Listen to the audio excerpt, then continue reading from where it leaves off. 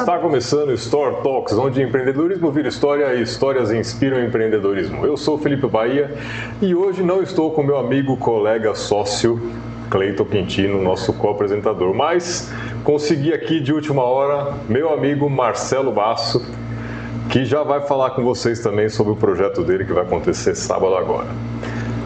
Sempre agradecendo nossos parceiros, Café Govone, um café de excelente qualidade com os grãos selecionados para extrair os melhores aromas e sabores, aquela torra ideal para você que aprecia um bom café. Para de tomar carvão pela rua, vem tomar um Café Govone aqui com a gente, manda um direct, escreve uma mensagem aqui pra gente, marca um horário e vem conhecer o estúdio. Também a VF Móveis, que está equipando o nosso ambiente com cadeiras confortáveis, ergonômicas, com a melhor qualidade para nos trazer conforto durante o episódio todo. Está precisando montar seu estúdio, seu escritório, seu home office? Entre em contato com a VF Móveis, que eles com certeza vão fazer o melhor por você. E se você não nos conhece, essa oportunidade especial. Muita novidade o ano que vem, viu? A Rota Cervejeira. Essa oportunidade especial. Muita novidade o ano que vem, viu? A Rota Cervejeira. Muita novidade no próximo ano. E se você quer conhecer um pouquinho mais, além de fazer o passeio, tem o episódio também do Marcelinho aqui, que já falou sobre a Rota Cervejeira conosco. Então vai lá, assista e aprende um pouquinho mais, mas faça o passeio que vale a pena. E hoje estamos com Sara Elídio. Sara Elídio, que é caçadora de tendências. Nossa. Isso já me chamou bastante atenção. Sara, muito obrigado aí pelo seu tempo, disponibilidade aqui, bater um papo com a gente, trazer um pouco de conteúdo e explicar pra gente o que é caçadora de tendências. Bem, primeiramente eu que agradeço o convite seu, o convite do Marcelo em estar aqui. Piracicaba, para mim, eu falo que é minha casa, foi onde eu nasci no varejo, comecei minha carreira aqui em Piracicaba, então eu adoro estar de volta.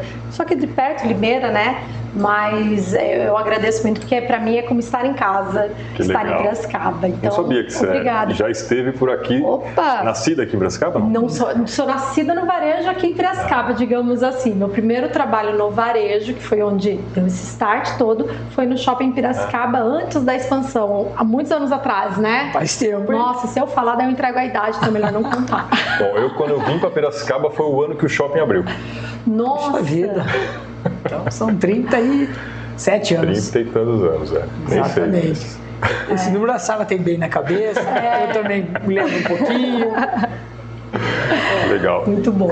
Quem é Sara Elídio? Então, Sara Elídio é cosmopolense, na verdade, é tudo aqui perto, né? Mas atualmente eu moro em Limeira. Trabalhei por muitos anos na indústria de shopping center, no varejo. Então, como eu falei, eu brinco que eu nasci em Piracicaba, porque o meu primeiro trabalho em shopping foi no Shopping Piracicaba, logo que eu me formei na área de propaganda e marketing. E eu fiquei no Shopping Piracicaba por 1 ano e meio, e eu fui promovida na época. Eu estava numa companhia que estava começando, então ela estava crescendo muito rápido e ela precisava de pessoas que queriam viajar, que eu digo assim, crescer com ela. E tinha uma vaga em Campo Grande, Mato Grosso do Sul, e aí eu fui, e de lá eu só parei quando eu voltei para Piracicaba no final, aí, depois de 12 anos. Para ter uma ideia, quando eu tive meu primeiro filho, eu não era nem casada quando eu fui, casei, tive filho, mas meu primeiro filho, meu marido morava em Campo Grande, eu morava em BH, ele nasceu em Uberlândia e fez 1 ano em Niterói. Ele é multinacional. Quase isso. Então, eu viajava muito e isso me trouxe um olhar muito aguçado. E eu falo que eu ampliei muito o meu repertório nesse período de 12 anos de shopping center. Porque o shopping center, ele tem essa, assim como o supermercado, né? O varejo em si, ele pulsa muito o que é a realidade. Mas acho que o shopping, ele concentra tudo, né? Shopping e supermercado, acho que os dois, eles têm muita similaridade nisso. E vivendo em shopping em tão distintas áreas, né? Então, fui pro Centro-Oeste, teve uma época que eu era gerente regional que dava de 12 shoppings ao mesmo tempo. É muito diferente. É muito diferente. O jeito de consumir shopping aqui em São Paulo, no Rio. Eu lembro no Rio, eu chegava sábado, eu falava, o que é que vai fazer? Acho que eu vou dar uma volta no shopping. O povo olhava pra mim como se fosse uma alienígena. Como assim, tu vai num shopping no sábado de sol? Eu falava, gente... A praia. Eu falava, não, mas é isso que a gente faz lá em São Paulo, né? No interior de São Paulo também tem uma cultura muito forte. E no Rio também tem, mas é diferente o consumo. Em Campo Grande é outro tipo de consumo. Eu cuidei de shopping em Palmas, que é o único shopping do estado. Então, eu aprendi muito, eu ampliei muito meu repertório quanto a hábitos de consumo do varejo brasileiro. E eu sempre gostei muito de ver, olhar e linkar as coisas. E aí nasceu um pouco essa questão das tendências, né? Caçadora de tendências. Hoje eu atuo como mentora e tenho uma empresa que faz todo um trabalho de planejamento e projetos voltado para o seu negócio crescer a partir das tendências e também viagens, a maioria internacional. Hoje eu levo o pessoal para fora para poder ampliar o repertório, porque é muito sobre isso, tendência. Ela tá aí, tá aqui. Tem que prestar atenção. Tem que prestar atenção, tem que treinar o olhar. Esse é o principal, e eu acho que eu treinei o olhar por muitos anos. Você estava falando das diferentes regiões do Brasil, né? Eu morei em Cuiabá, né? Nossa. 4 anos. O pessoal lá vai no shopping porque tem ar-condicionado, né? Campo Grande, eu não quis falar aqui, mas Campo Grande. Exatamente. Mas Campo Grande ainda é mais fresco. Minha esposa é de lá. Ah, é? Eu não conheço Campo Grande. Ela, na verdade, é do lado ali, que é Fátima do Sul. Sim. Eu não conheço, nunca fui para aquela região. Mas Campo Grande é mais fresco do que Cuiabá. Bem mais certeza. fresco. Cuiabá é aquela... Cuiabrasa. Mas eu vou falar que tem lugar pior, tá? Pra mim, Palmas é muito mais quente. Imagino que Palmas, meu Deus, gente, Palmas foi assim... Eu fiquei 1 ano quase, toda semana em Palmas. Então, eu cuidava de vários shoppings e sempre tinha que bater o ponto lá em Palmas, porque eu estava sem gente na época. Então, foi quase 1 ano nessa vida. Mas é diferente, é isso que você falou. O hábito é totalmente diferente. No Rio, dia de sol, o shopping morre. À noite começa a ter gente, algumas operações. Agora, em Campo Grande, Cuiabá, Palmas, nossa, dia de show é aquela delícia pra gente, né? O shopping transborda, porque realmente o pessoal vai pro shopping. O de Cuiabá, um dos shoppings, né? Porque Cuiabá tem 3 shoppings. Pelo menos tinha quando eu saí de lá, não sei hoje como que tá. Tem uma universidade dentro do shopping. Tem. Porque o shopping ele se tornou um centro multiuso. Né, o shopping, e o próprio nome já diz, né? Shopping Center, centro de compras. Então, e se a gente for pegar o pé da letra, né? Shopping é comprar, mas o ING é o NG, né? O gerúndio.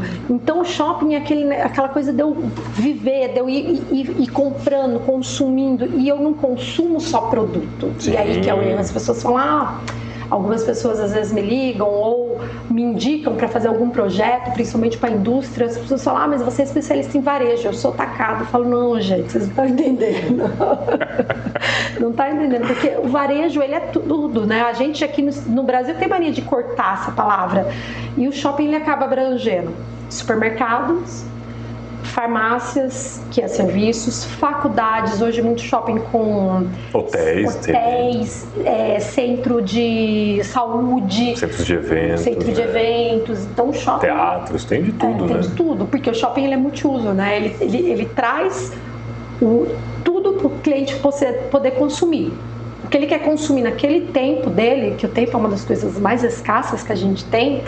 É uma conveniência, né? É uma conveniência, exatamente. Mas, Sara, deixa eu colocar minha colher nessa conversa. Com certeza. Você está aqui para isso, por favor, coloque várias... Quando você começou em shopping, não era tão assim, né? Ou não era exatamente assim.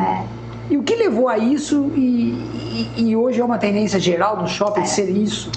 Eu acho que realmente, né, quando a gente lá atrás, o shopping era lojas. E até no Brasil o shopping ele ficou tão forte, diferente de outros países, por 2 questões. Pela questão da segurança. E segurança que eu falo não só física, do tipo assalto, mas também climática.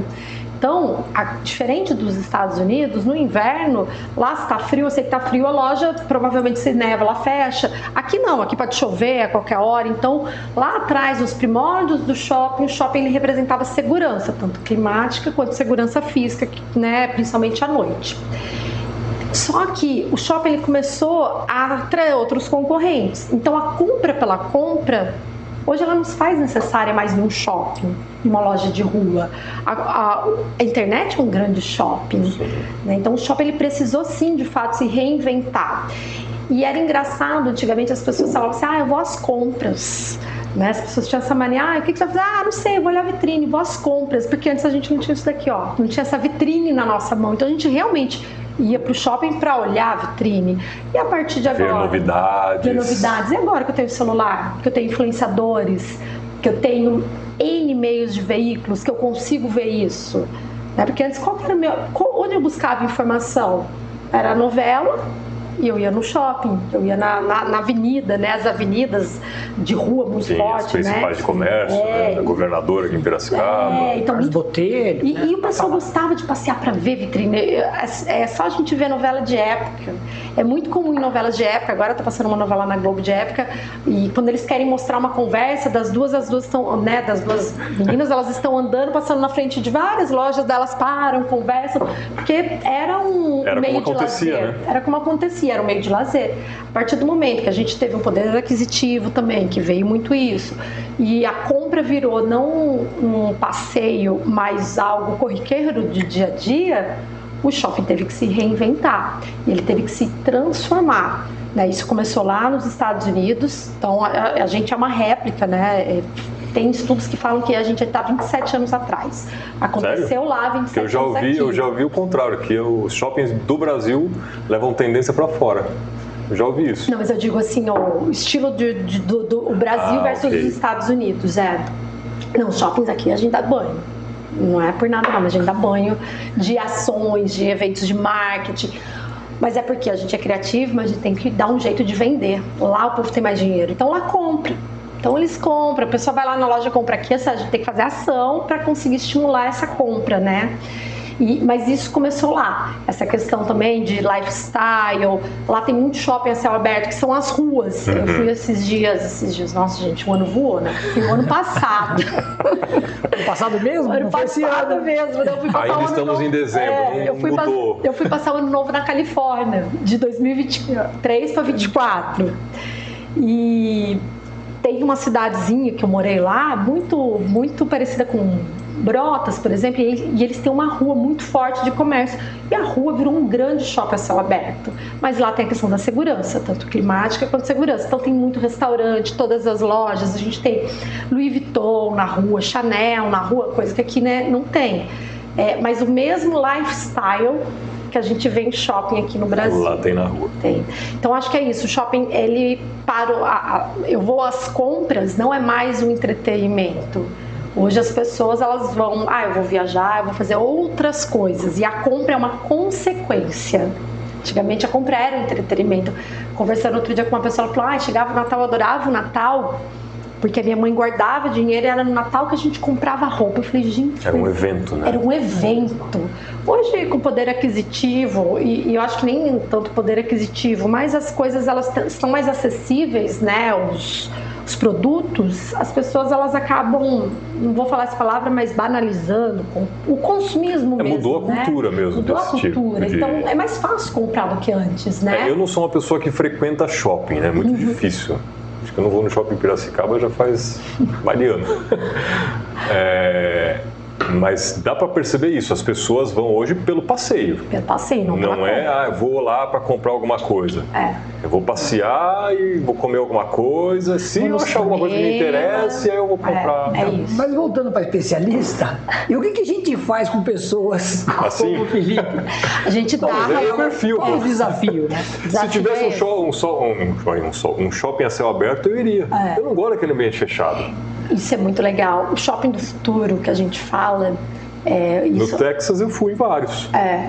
Ruas assim. Ruas assim que acabam virando shopping. Eu acho muito mais gostoso. Isso em 2016 era uma tendência, tá? Desencaixotar os shoppings. Aí eu tô falando especificamente de shopping. Antigamente o shopping era quadrado, fechado, igual cassino. É isso que eu ia falar. Você entrava, você não sabe o horário do dia. E aí você fica. E confuso. Quantos shoppings eram confusos? A gente se perdia nos corredores. O Piracicaba, às vezes a gente se perde um pouquinho. Então os corredores lá no meio, que é aquela coisa, né, que a gente chama de racing tracking, que é o caminho do cliente. A gente vai, cresce aqui, coloca um pedaço aqui. Hoje em dia, os shoppings, eles já são desenhados. O próprio shopping de Cuiabá, que era da companhia que eu trabalhava, o novo Cuiabá Shopping, ele é totalmente assim. Ele é circular, né? Circular. Ele é muito fácil. Ele é aberto, ele é fácil, ele tem uma área gastronômica, então... Eu ia muito porque eu levava ele para brincar. Uma área delimitada, só gastronomia. Porque... Alguns lugares, alguns sim, clusterizado, mas hoje em dia eu tô vendo bastante espalhado. O melhor é clusterizar, criar esses espaços de área gastronômica, área infantil, e a gente achava que isso era ruim, mas vai pôr 2 concorrentes do lado. Principalmente para gastronomia, o cliente antigamente falava assim, eu vou às compras, eu vou jantar. Ele não sabe onde ele vai jantar, mas ele vai jantar. Então, se tem aquele espaço que tem 5, 6 lugares, aqui em Piracicaba aconteceu isso com o bairro Monte Alegre. Sim. Começou com um, daí veio o outro, né, que é a Parrilha, aí já abriu o outro, aí agora o Jangada. Agora você fala assim, eu não vou comer no Jangada. Hoje eu vou no Monte Alegre. Isso. Exatamente. E lá você decide, né? E lá eu decido, da clusterização. É assim que a gente traz esses clientes para dentro do shopping. E no shopping, acho que essa clusterização que você está falando traz, principalmente para a alimentação, traz vantagem, porque eu quero um negócio, minha esposa quer outro, meu filho quer outro, cada um pega o que quer e senta junto. No restaurante você não consegue fazer isso. E no restaurante do shopping a vantagem é que também não dá. Às vezes, vamos no Outback, por exemplo. Meus filhos adoram Mac. A minha fala, Mac de novo, gente, nada contra, eu amo Mac. Mas assim, toda hora que a gente muda, né? Tem outras coisas para comer, né? Aí a gente vai, eles pegam, sentam lá com a gente. Aí troca o Mac pelo Burger King. Pior que é isso, tá? Sempre meia dúzia. Então eu acho que é muito nessa linha o que a gente faz. E é engraçado, mas hoje eu não sei você, mas meu marido nunca foi de consumir muito, nunca foi de comprar muito. E hoje em dia ele compra muito, mas onde? Na internet. Mercado Livre, gente, chega em casa todo dia, eu falo, meu Deus do céu, o que é isso? Eu falo, você tá comprando mais do que eu. Ele falou, eu tenho saldo positivo até morrer, se bobear, né? Porque eu trabalhei em shopping, vivi 11 Black Fridays, imagina, né? Uma das primeiras Black Fridays do Brasil, eu tava lá, presente no shopping. Então eu consumi muito, eu sei que eu tenho créditos aí negativos. Mas deve ser um mundo muito, muito difícil também, porque o mercado veio mudando. A pandemia foi um choque de realidade que com certeza foi uma virada de chave para esse mercado gigantesca. Mas antes deve ter tido outros momentos também que aconteceram algumas coisas assim. A gente já vinha nesse processo, né, como o Marcelo mesmo comentou, de precisar se readaptar, precisar se encontrar. Então, como marketing, que é a minha área de especialidade, a gente começou a trazer mais eventos, trazer mais razões para o cliente. Tem uma frase que eu gosto muito, que inclusive é da MRF do ano passado, o cliente ele não precisa ir à loja mais. Ele tem que querer ir à loja. Quando eu falo loja, eu falo shopping, eu falo mercado, eu falo loja mesmo. Ponto de venda fixo. Ponto de venda fixo. Esse é o desafio de todo mundo que trabalha com varejo. Até o próprio mercado, gente. Hoje a gente tem iFood. E hoje, como as pessoas consomem no iFood? Elas entram, eu tenho que comprar arroz, ela coloca o arroz. Onde está mais barato eu compro, então eu compro algumas coisas nesse, compro algumas outras coisas naquele. E a hora que eu vejo, eu comprei em 5 mercados diferentes, só itens em promoção. E onde o mercado ganha? Então ele precisa fazer a pessoa também sair da casa dele e falar, não, porque com o carrinho na mão, eu encho mais. Né? No celular eu penso, eu sou mais racional. Então as pessoas realmente elas precisam, a gente como varejistas precisamos dar razões para as pessoas quererem sair de casa. E você fez uma pergunta, eu comecei a contar essa história e eu me perdi. Não, outros momentos que tiveram, assim, tipo pandemia, que teve viradas de chave assim, abruptas. Isso, a pandemia foi abrupta. Mas antes, essa tendência, tudo que aconteceu pós-pandemia já aconteceria. Isso é fato. A gente já vinha sentindo. Então, essa questão do shopping do futuro, de abrir o shopping, trazer verde para dentro do shopping. O Mirante ia ser meio que nessa tendência, não é? Já estava assim. E olha que engraçado. Que é ali na Boys, né? Sim. Eu fiz um curso de transformação digital na Dom Cabral. O que seria transformação digital? Transformação digital, como meu professor na época explicou, é transformar pixels em átomos em pixels. Foi basicamente isso. Mas era um curso assim, de transformação digital mesmo, no momento que a gente ia viver, questão online, tudo que a gente viveu na pandemia. E na época era tudo muito confuso. A hora que ele falou isso, gente, a transformação digital vai transformar átomos em pixels. A digitalização da vida. Um exemplo, o Pix. Pix simplesmente pegou o dinheiro, que é um átomo, e jogou para a nuvem, que é tá lá, né, na nuvem. Uma informação. O Pixel virou Pix. O Pixel virou Pix. Mas é engraçado, eu fiz esse curso em agosto de 2019. Estava grávida da minha filha. Bem pré-pandemia. E o professor, ele trouxe 2 pontos pra gente, que o mundo ele é cíclico na questão de revoluções. Então sempre a gente vê em alguma coisa muito forte e aquela revolução que já vem acontecendo, ela acontece com mais ênfase. E ele trouxe até o exemplo da linha branca, né, que é o fogão, a geladeira. Então ele falou assim, a linha branca, por que ela do nada, tipo, todo mundo teve fogão e geladeira em casa? Porque casou com pós-guerra, Segunda Guerra. Então as mulheres tiveram que trabalhar. Elas não tinham opção porque o marido tinha morrido. Ou estava em casa ruim, então ela foi trabalhar, logo ela precisou comprar uma geladeira para estocar comida.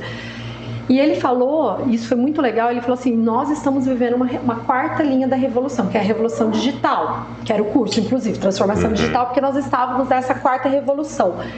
Teve 4, agora eu lembro que era a linha branca, carvão, e eu não me lembro a outra. Mas eu sei que a quarta era... 180, né? Parece que a gente tava... 19. 19. E o livro que ele falava assim, não, a gente aqui, ó, não vai precisar mais ter isso, essa sala. E eu lembro que eu estava grávida, eu tive que ir de ônibus, porque a Ruby estava quase nascendo. E ele até deu o meu exemplo. Ele falou assim, ó, você vai poder fazer o curso mesmo com a sua bebê recém-nascida. Falava, gente, esse cara tá maluco. Tá maluco. E todo mundo olhando, né? E ele trouxe uma coisa muito legal. Ele falou assim, mas essa quarta onda tá acontecendo. A guerra. Sim. Esse aqui tava acontecendo. Ele já tava sentindo. É, exatamente. Eu queria entrar nisso aqui, vendo, sentir informado. Porque, só para emendar com uma pergunta e até o motivo de você estar aqui. Tá. Você está indo para uma feira de tendências. Sim. Nova York. Onde todo mundo está lá. Uma feira que tem 100 anos. Onde ela falou que tem mais brasileiro do que... Porque eu acho o brasileiro curioso, que é antecipar essas tendências. O que você viu no passado, você já está indo há 3 anos seguidos, né? E virou tendência ou vai virar, e o que você pretende, o que você acha que você vai ouvir, que seriam essas novas tendências que vêm pela frente aí? O que dá para antecipar? Olha, eu acho que uma coisa que a gente viu muito nos últimos 2 anos foi a questão da inteligência artificial. Então, a gente já vinha falando de inteligência artificial e em 2023... Para o mercado de varejo. Para o mercado, para o geral, né? Em 2023 eu lembro que a gente chegou a comentar de inteligência e depois em março lançou o ChatGPT e foi aquela loucura. Mas já vinha se falando, e é engraçado que muitas empresas já vinham usando inteligência artificial. E o ano passado foi um ano para desmistificar. Uma palavra que eu gosto muito, inteligência artificial, ela veio para colocar o humano para ser humano novamente, porque a gente perdeu muito tempo fazendo planilhas, escrevendo às vezes um texto, né? Vou escrever um texto. A inteligência ela não vai escrever o texto para você, falar escreve um texto para eu, não, mas você vai mandar, ela vai corrigir. Então ela vai te dar tempo, coisa que tá todo mundo sem. Ninguém mais tem tempo. Então, a gente viu isso no ano retrasado, falando sobre automação, então eles usavam essa palavra, automação, como automatizar processos para que as pessoas tenham tempo de ser pessoas. E o ano passado, daí veio batendo muito nesse martelo, que a inteligência artificial trouxe a gente para isso, esse momento. E uma história que eu gosto muito é de uma empresa que já usa um sistema de inteligência artificial para filas. É uma empresa de tipo uma pet center, mas eles vendem coisa para cavalo, então eles não é só pet, eles vendem tipo uma grande agropecuária, isso. Só que lá nos Estados Unidos tudo é grande, né? Então é uma agropecuária gigante, assim, né? E eles tinham um problema com filas, porque a pessoa estava na fila, daí demorava, ou a fila ia rápido, mas aí tinha gente ociosa no caixa. Então o que eles fizeram? Eles colocaram um leitor que lia quantas pessoas estavam na fila, o que elas tinham no carrinho.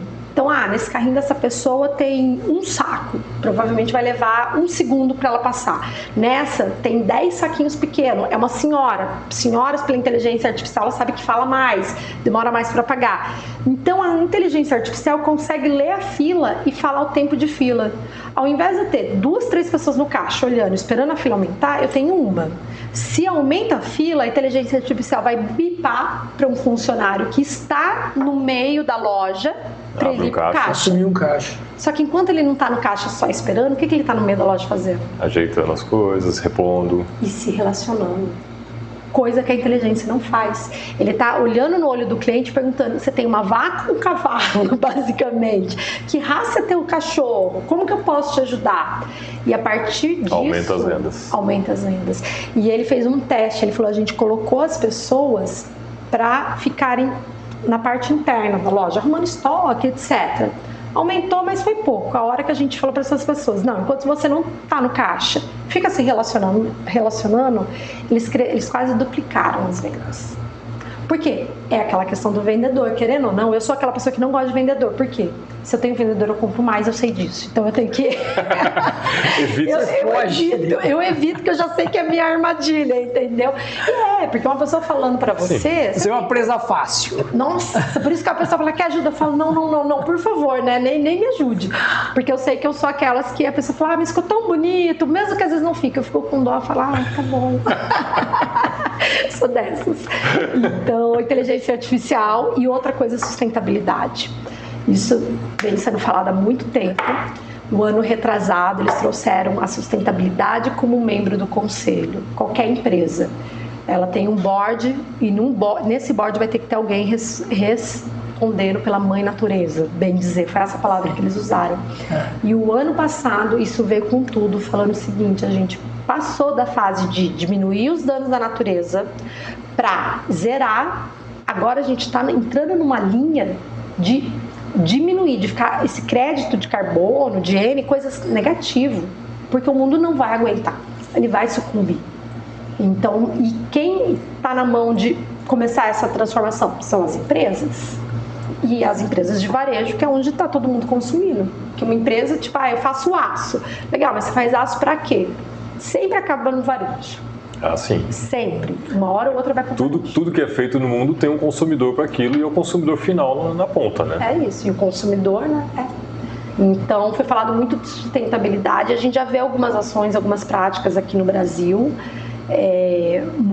Alguns modelos de loja, né, lojas mais inteligentes, com iluminação natural, que ajuda, lojas com espaços de reciclagem. Uma outra coisa que isso já há um tempo, já muita tendência, e a gente aqui no Brasil demorou um pouco, é a second hand, né? Então, comprar de segunda mão não é feio, é bonito, lá é elegante, é chique. Tem lojas que assim, é legal, você fala: nossa, essa bolsa eu comprei de tal e tal pessoa. E aqui no Brasil a gente ainda tinha um preconceito com isso. Tem, tá caindo por terra, mas até as lojas mesmo, elas precisam se reinventar. Tem lojas no varejo americano que você compra, essa daqui é em inglês esse exemplo, você compra, ela vem com QR Code. A hora que você e a etiqueta está escrito: para você revender. A hora que você lê o QR Code, tem as fotos em estilo daquele casaco, por exemplo, para quando você enjoar, a foto já está pronta para você revender. Porque a marca sabe que aquela roupa vai ser revendida. Então, beleza.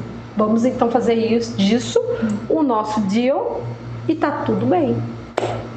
Então, algumas coisas. E isso vimos na edição passada. Na edição passada. E dá para antecipar alguma coisa que vai ser para essa edição? Eles estão trazendo muito o termo game changing, né, que é mudança no jogo. Então, ainda vem muito como aí, tá? Inteligência artificial.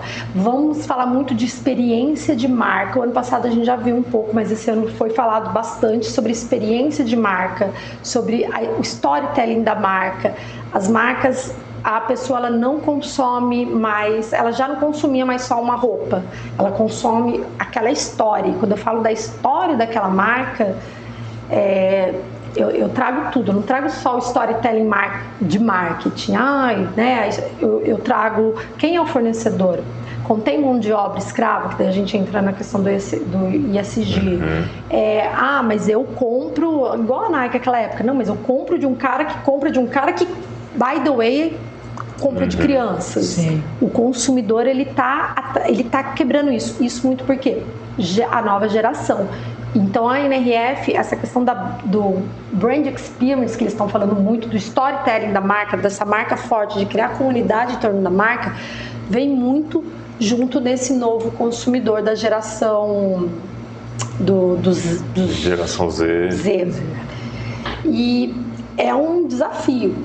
né? O ano passado foi falado muito, esse ano vai continuar falando, que é a questão também da empregabilidade. Nunca teve tantas vagas no varejo como tem agora. A gente anda em Nova York, em qualquer lugar, tem contratos. Sim. E aqui no Brasil não está diferente.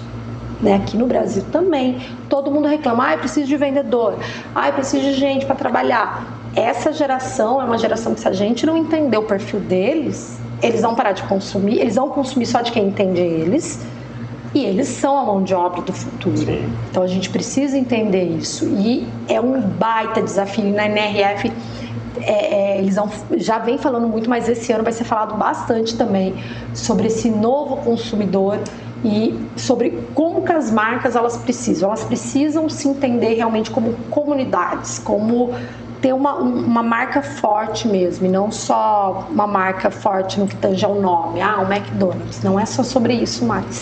Eu estou lendo o livro Marketing 4.0 do Philip Kotler, e foi escrito em 2017, ele fala exatamente isso.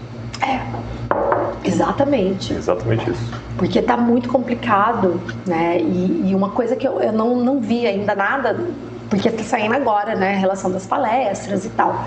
Mas uma coisa bem legal que eu acho que vai aparecer bastante. O ano passado apareceu um pouquinho, mas esse ano vai vir com tudo. Em contrapartida desse jovem, muito difícil. As marcas estão tendo dificuldade para aprender como lidar com eles. E principalmente as marcas, quando a gente fala de employee, né, de marcas empregadoras, essa que está com maior dificuldade. As marcas em si, até como marketing, elas estão se encontrando como conversar. O problema está a marca como empregadora, né? A gente tem o Silver... Ela conversa com o cliente, mas não com o funcionário, a equipe. Com esse funcionário da cidade, que é o desafio nosso, né? A gente, em contrapartida, a gente tem o pessoal que eu nem posso falar de terceira idade, né? Que a gente fala que é o Silver Money, que é o dinheiro prateado. Além do dinheiro, além deles terem dinheiro, que eles estão aposentados, eles estão com tempo, eles têm esse dinheiro e eles disponibilidade. E com saúde. Exatamente. Gente, cada vez mais, vivendo muito mais. Nesse curso de transformação digital, saiu uma matéria na People em 2015 falando que as crianças que nasceram aquele ano, e eu sei porque meu filho já nasceu daquele ano, ia viver a média de 116 anos. Então essa é a média de vida de uma criança que nasceu em 2015. 116, ok. Imagina, a gente, sei lá, quantos anos atrás era 60. A minha avó com 60 era avó, né? Ia na terceira idade. Outro dia eu brinquei com meu pai tá com 63. Falei, vou te levar na terceira idade. Meu Deus, ele quase me deserdou. E a hora que eu falei, não, pai, deixa que eu carrego. Ele, que vai carregar tal coisa? Ele tava carregando um móvel, eu carrego. O que você... Ele ficou bravo comigo. Mas realmente... Eu tô muito perto dele, eu também ficaria, viu? Então, e aí eu olho e falo, gente, mas a minha avó com 60 anos era avó. Não, tem um corte que tá rolando na internet aí de um jornal, não lembro de que ano que era, mas tipo assim, década de 70, no máximo 60. Idosa de 42 anos, não sei o que. Eu tenho 41, caramba. Muda de assunto. A música do Sérgio Reis, a Panela Velha, né? Sim. Que é, como é que ele falava? Não me interessa se ela é corona, mas ele falou assim, já tem mais de 30 anos. Gente, e a gente vê os nasceram com 30 anos hoje, né? Isso que eu ia falar, daí a gente tem uma questão muito forte. O varejo tem que se adequar a isso também. Muito. E é uma coisa que eu sempre trago nos meus workshops, quando eu levo workshop ou palestras, que as pessoas, não existe mais uma cronormatividade, que é uma palavra difícil. Palavra difícil. É difícil. O que isso significa? Que não existe mais uma regra específica para atender a certas etapas da vida. Antigamente era muito claro. Eu com 18 anos tiro minha carta, com 21 eu caso, com tal ano eu trabalho, com 60 era tudo. Faz faculdade, entra na empresa, se aposenta com 50 anos no máximo. Daí com 50 já tem que ter neto. Então era tudo desenhado. Hoje não existe mais isso. Isso foi até um dado muito interessante da WGSN, que é uma empresa que busca... eu falo que eu busco tendências, né? Eu vou na WGSN. A WGSN está 1000 anos à frente, né? Desse meio do caminho que é o meu. Mas eles trazem muito isso, e o que eles falam dessa normatividade, né, cronológica? As pessoas estão desafiando. Então, olha alguns dados que surgiram. O ano passado, em 2023, a hashtag Egg Freezing, que é congelamento de ovos, foi buscada em mais de 24 milhões de vezes entre jovens de até 25 anos. Então, jovens de até 25 anos digitaram essa hashtag Egg Freezing já pensando em congelar os óvulos. Com 25 anos ela já está pensando que ela vai ser mãe tarde. Outro dado interessante é que a quantidade de adultos, né, de até 25 anos, moram com os pais hoje nos Estados Unidos é 40%. Há 5 anos atrás era 12%. Há 5 anos atrás? 5 anos atrás. Então, assim, as pessoas não... De fato, o jovem, ele tá deixando de ser criança mais tarde, tá casando mais tarde. Às vezes... Quando casa? Quando a família não vai para dentro. Eu brinco que a gente passou um momento aqui esse ano, meu marido foi estudar inteligência artificial fora, ficou 6 meses nos Estados Unidos, eu fiquei com as crianças, não queria ficar sozinha, fui morar na casa da minha sogra, porque eu falei, aluguei, coloquei a casa para alugar, a casa alugou rápido, fui morar na casa da minha sogra, meu marido voltou, a casa alugada, a gente não voltou. Que loucura. Uma loucura. O vô dele se machucou, foi morar lá, a gente ficou, quase esse ano foi de fevereiro a outubro, na casa da minha sogra, que era só ela e meu sogro. Aquela vida certinha, seguindo o processo. Horário para acordar, tomar café, almoço, janta, dormir. A casa grande. Mestre no jardim. Aí um quarto que era do meu marido era o escritório do meu sogro, o quarto que era do meu cunhado virou closet da minha sogra. De repente, a minha avó e o vô foram morar lá, porque eles se machucaram. Então eles foram morar lá, a gente foi morar no outro quarto. Então de repente uma casa que tinha 2 pessoas habitando passou a ter os outros 2, eu e as crianças, 7. Não, e mais as 2 cuidadoras e mais meu marido. Uma casa que tinha 2 pessoas, já perdi a conta. 10. Você tem noção? Em 10 assim a gente brincava que era do 4, na verdade, que é o bicho 4 a 84. Que é a Rubi com 4 e o bisavô com 84. Bom, foi uma grande experiência para a família inteira, né? Total. As crianças e os avós, então... Fico imaginando. Não, a gente falou que devia ter filmado um reality show. A sogra não deixou. A gente até brincava. Botou as câmeras escondidas pela casa. Às vezes a gente trocava. Às vezes eu tava aqui com a Rubi, sei que tem minha sogra. Pra fazer um Modern Family. A gente até trocava. A gente falava, vamos trocar? Vamos. Aí eu ia lá, Dona Cleonice, ela com toda a calma com a Rubi. A gente invertia os papéis. Mas isso é o que vem acontecendo. E aí, olha como isso atinge o mercado. Quantas lojas a gente viu abrindo de atacados nos últimos anos? Atacadão, Açaí, Roldão. Não, e mudando de atacado para atacarejo, né? Porque antes era atacado e atacado. Você vai lá, você tem que comprar um fardo, um pallet. Hoje é atacarejo. Mas uma tendência do varejo que se adaptou aí, né? Por quê? Percebeu que as pessoas estavam comprando mais. Só que olha como é engraçado. Quer dizer, o varejo e o atacado se fundiram, né? Se fundiram, mas e olha que engraçado. A gente vê o atacado bombando, o atacarejo, né? Bombando, com várias coisas básicas. E a gente viu o que abrindo um monte? Carrefour bairro, Pão de Açúcar bairro. Então, aquele mercado no meio termo, né? Morreu. Aquele que era o mercado nosso. Então tem ou o atacado, então eu vou no atacadão para fazer minha compra do mês, porque arroz, feijão, essas coisas, mora um monte de gente na minha casa, eu compro sabão em pó, etc. Vou lá de caminhão.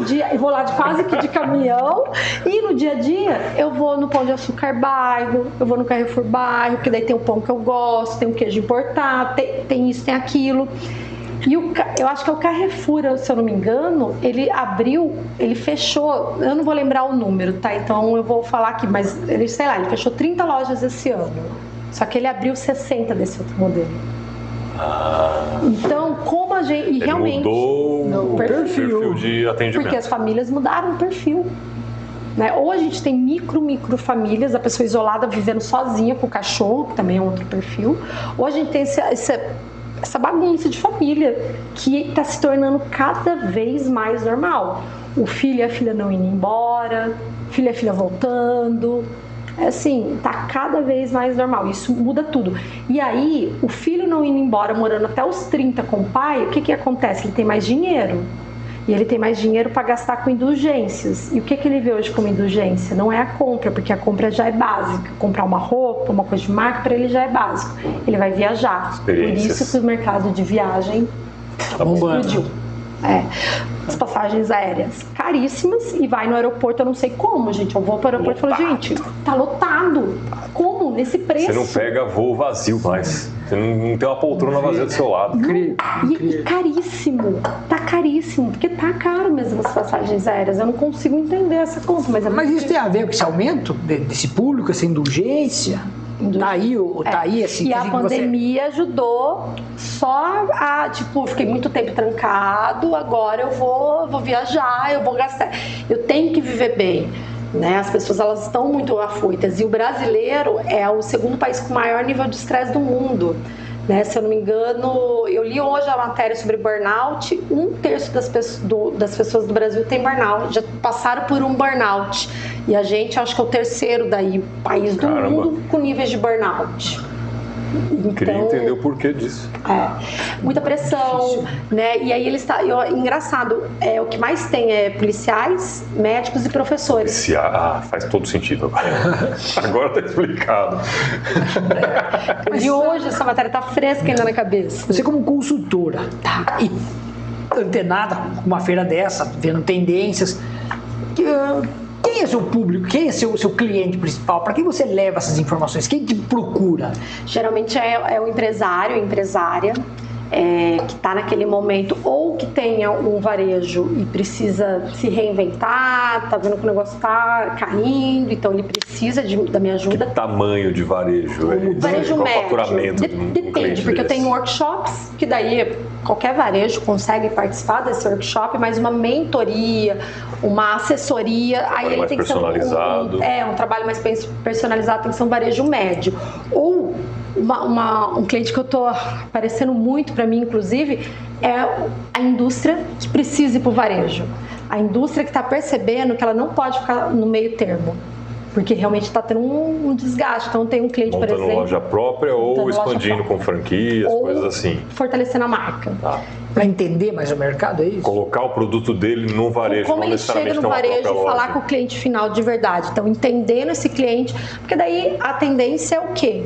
Né? E como a gente aplica? Através das estratégias de marketing. Né? Então, vou dar um exemplo aqui claro de, por exemplo, sorteio. Né? Antigamente a gente fazia sorteio, as pessoas saíam de casa para ir num lugar que estava sorteando um carro. Hoje, se eu perguntar para vocês, gente, quanto foi de uma vez a gente participou de um sorteio na vida? Só que se eu falar assim, olha, no shopping eu tô dando uma lata de panetone com o seu nome, você pega a fila para fazer. É uma outra tendência. O cliente quer ser personalização. Então individualização. Até fiz um trabalho, um supermercado me consultou, falou, olha, eu preciso fazer uma campanha de Natal, a gente vai dar um carro. Falei, por quê? Porque todo ano a gente dá, se a gente não dá, falei, tá, vamos perguntar pro cliente. O cliente vai do outro lado da cidade só porque ele tá dando carro? Não vai. O mercado é comodidade. Ou ele vai pelo preço, ou porque ele mora do lado, ainda no mercado mais de bairro. Ele não vai. Então vamos fazer uma coisa mais personalizada. Então eles criaram várias. A gente fez uma vez em Piracicaba uma lata de panetone com desenhos da cidade, foi um sucesso. Legal. Então é esse tipo de trabalho meu, de atuação. E claro, não depender só. Eu falo muito para os meus mentorados e as empresas que me buscam. Então tem empresas que a gente faz um trabalho maior. Né, tem uma empresa aqui que é o ano inteiro que vem, a gente vai levar eles para o varejo. Eles são indústrias, eles vendem para outras empresas, mas eles precisam se fortalecer. Que são as ações, antigamente a gente passava no mercado, tinha menina, tem até hoje aquela da degustação. As promotoras, isso é trade marketing, mas como que eu inovo no trade? Né? Como que eu faço coisas diferentes? Então isso o shopping me ensinou muito. Então tanto em shopping, a marca com ativação no shopping, a marca com ativação no mercado. O PDV hoje, gente, é onde o cliente está. E às vezes o meu PDV, o meu ponto de venda vai ser numa festa, num evento, numa NRF. Eu falo muito, tem um cliente indo comigo na NRF que ele fala, mas eu preciso vender. Eu falei, então, é lá que você vai vender. O meu ponto de venda é NRF. Lá eu conheço vários empresários que me contratam. Porque o ponto de venda, lembra que eu falei, o cliente não precisa mais ele não precisa mais ir para a loja. A gente precisa ir até o cliente. Então, meu trabalho também é identificar onde que está o seu cliente. E às vezes o seu cliente, o ponto de venda é só onde ele passa o cartão. É só uma transação. Não é o seu ponto de contato. Você ajuda ele a identificar isso. A identificar e a chegar lá, né? Por isso que as viagens são tão importantes. E aí por isso que eu faço esses grupos de empresários para levar tanto empresários quanto indústrias, e a gente faz também esse match. Eu brinco que eu devia mudar o nome da empresa para alguma coisa de match, né? Um Tinder empresarial, por que não, né? Muito bem. E esse ano você tem uma temporada, não é só Nova York, né? Não, Nova York é só o start. Começo, só o start. Ano passado já foi mais assim, né? Então, ano passado eu fui para Nova York, depois eu fui para o Texas, no SXSW, no Rio 2Cs, no Summit, e fechei com Singapura. Caramba!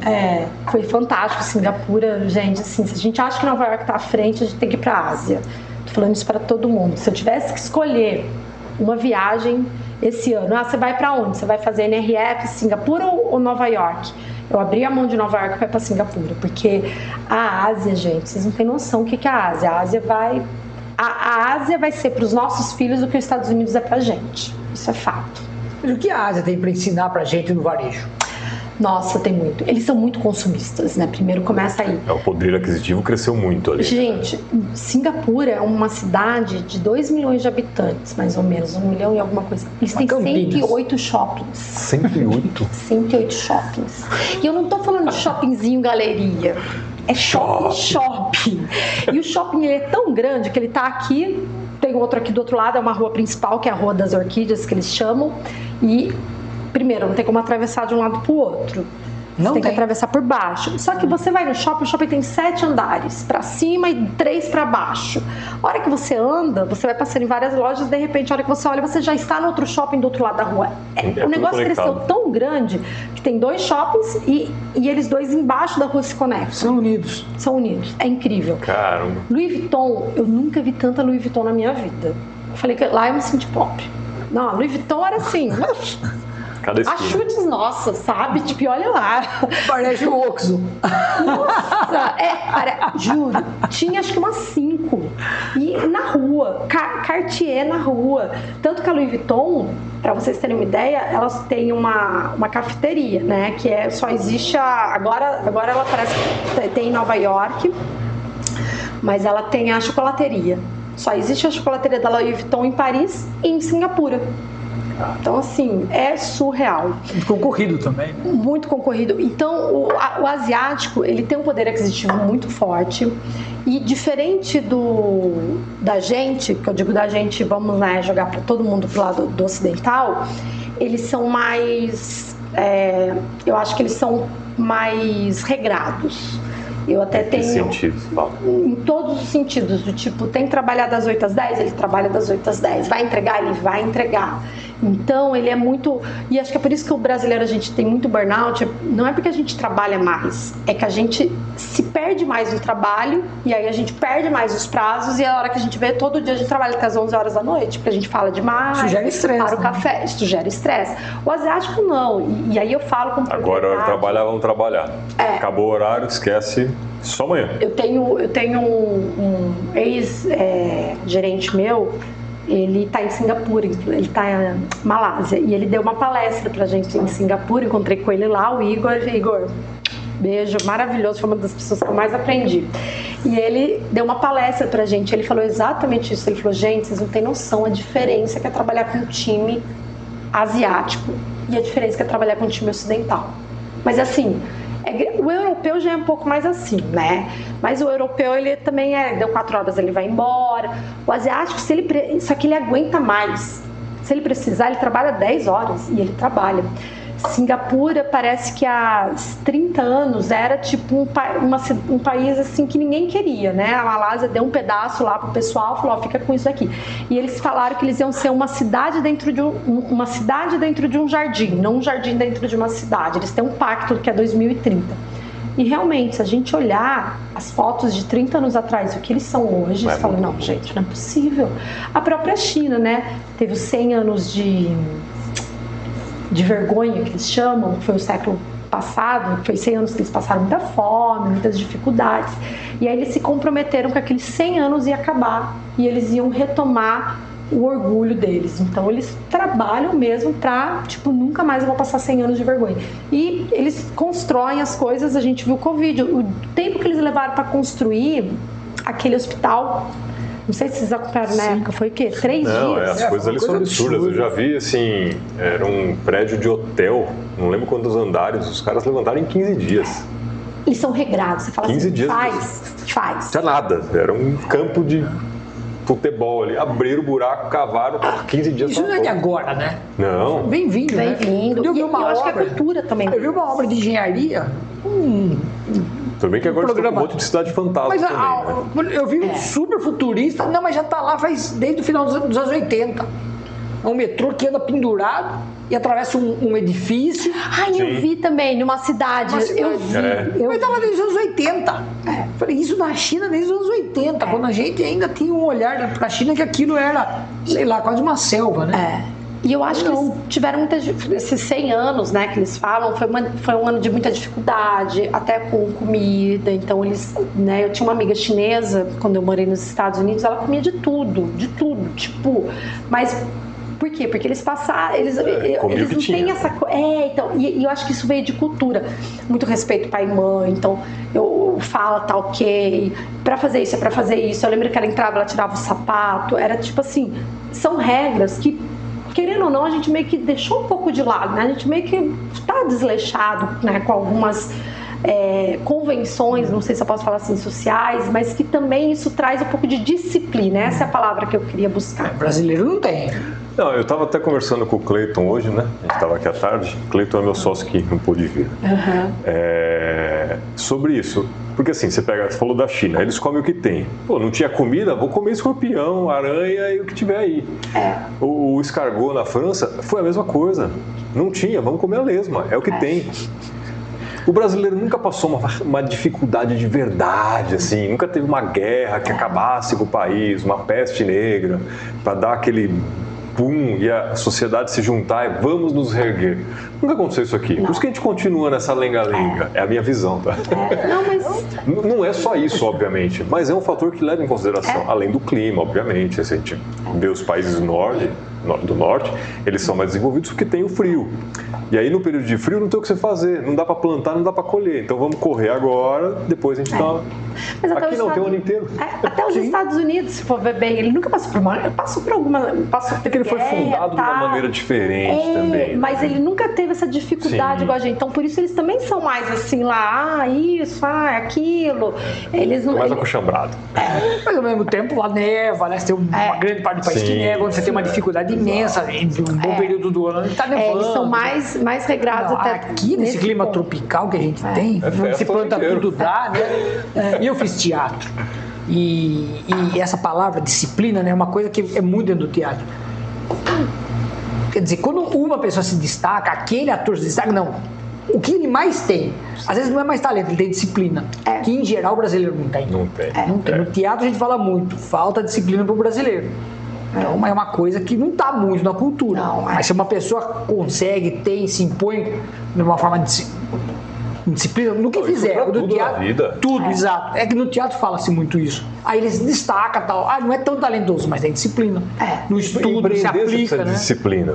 Pra tudo. A gente fala aqui de empreendedorismo, mas se a pessoa não tiver disciplina, todo dia ali vou anotar, vou ver como que tá minhas contas, fazer monitoramento constante, analisar meus números para tomar ações, corrigir.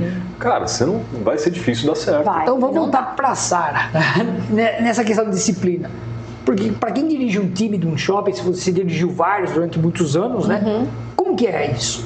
Você precisa realmente disso? Precisa. Onde está o foco? Né? Eu acho que a disciplina... Qual o tamanho de uma equipe de um shopping, tipo o Piracicaba hoje? O Piracicaba hoje, ele tem uma equipe, eu não sei hoje, mas era de 5 pessoas.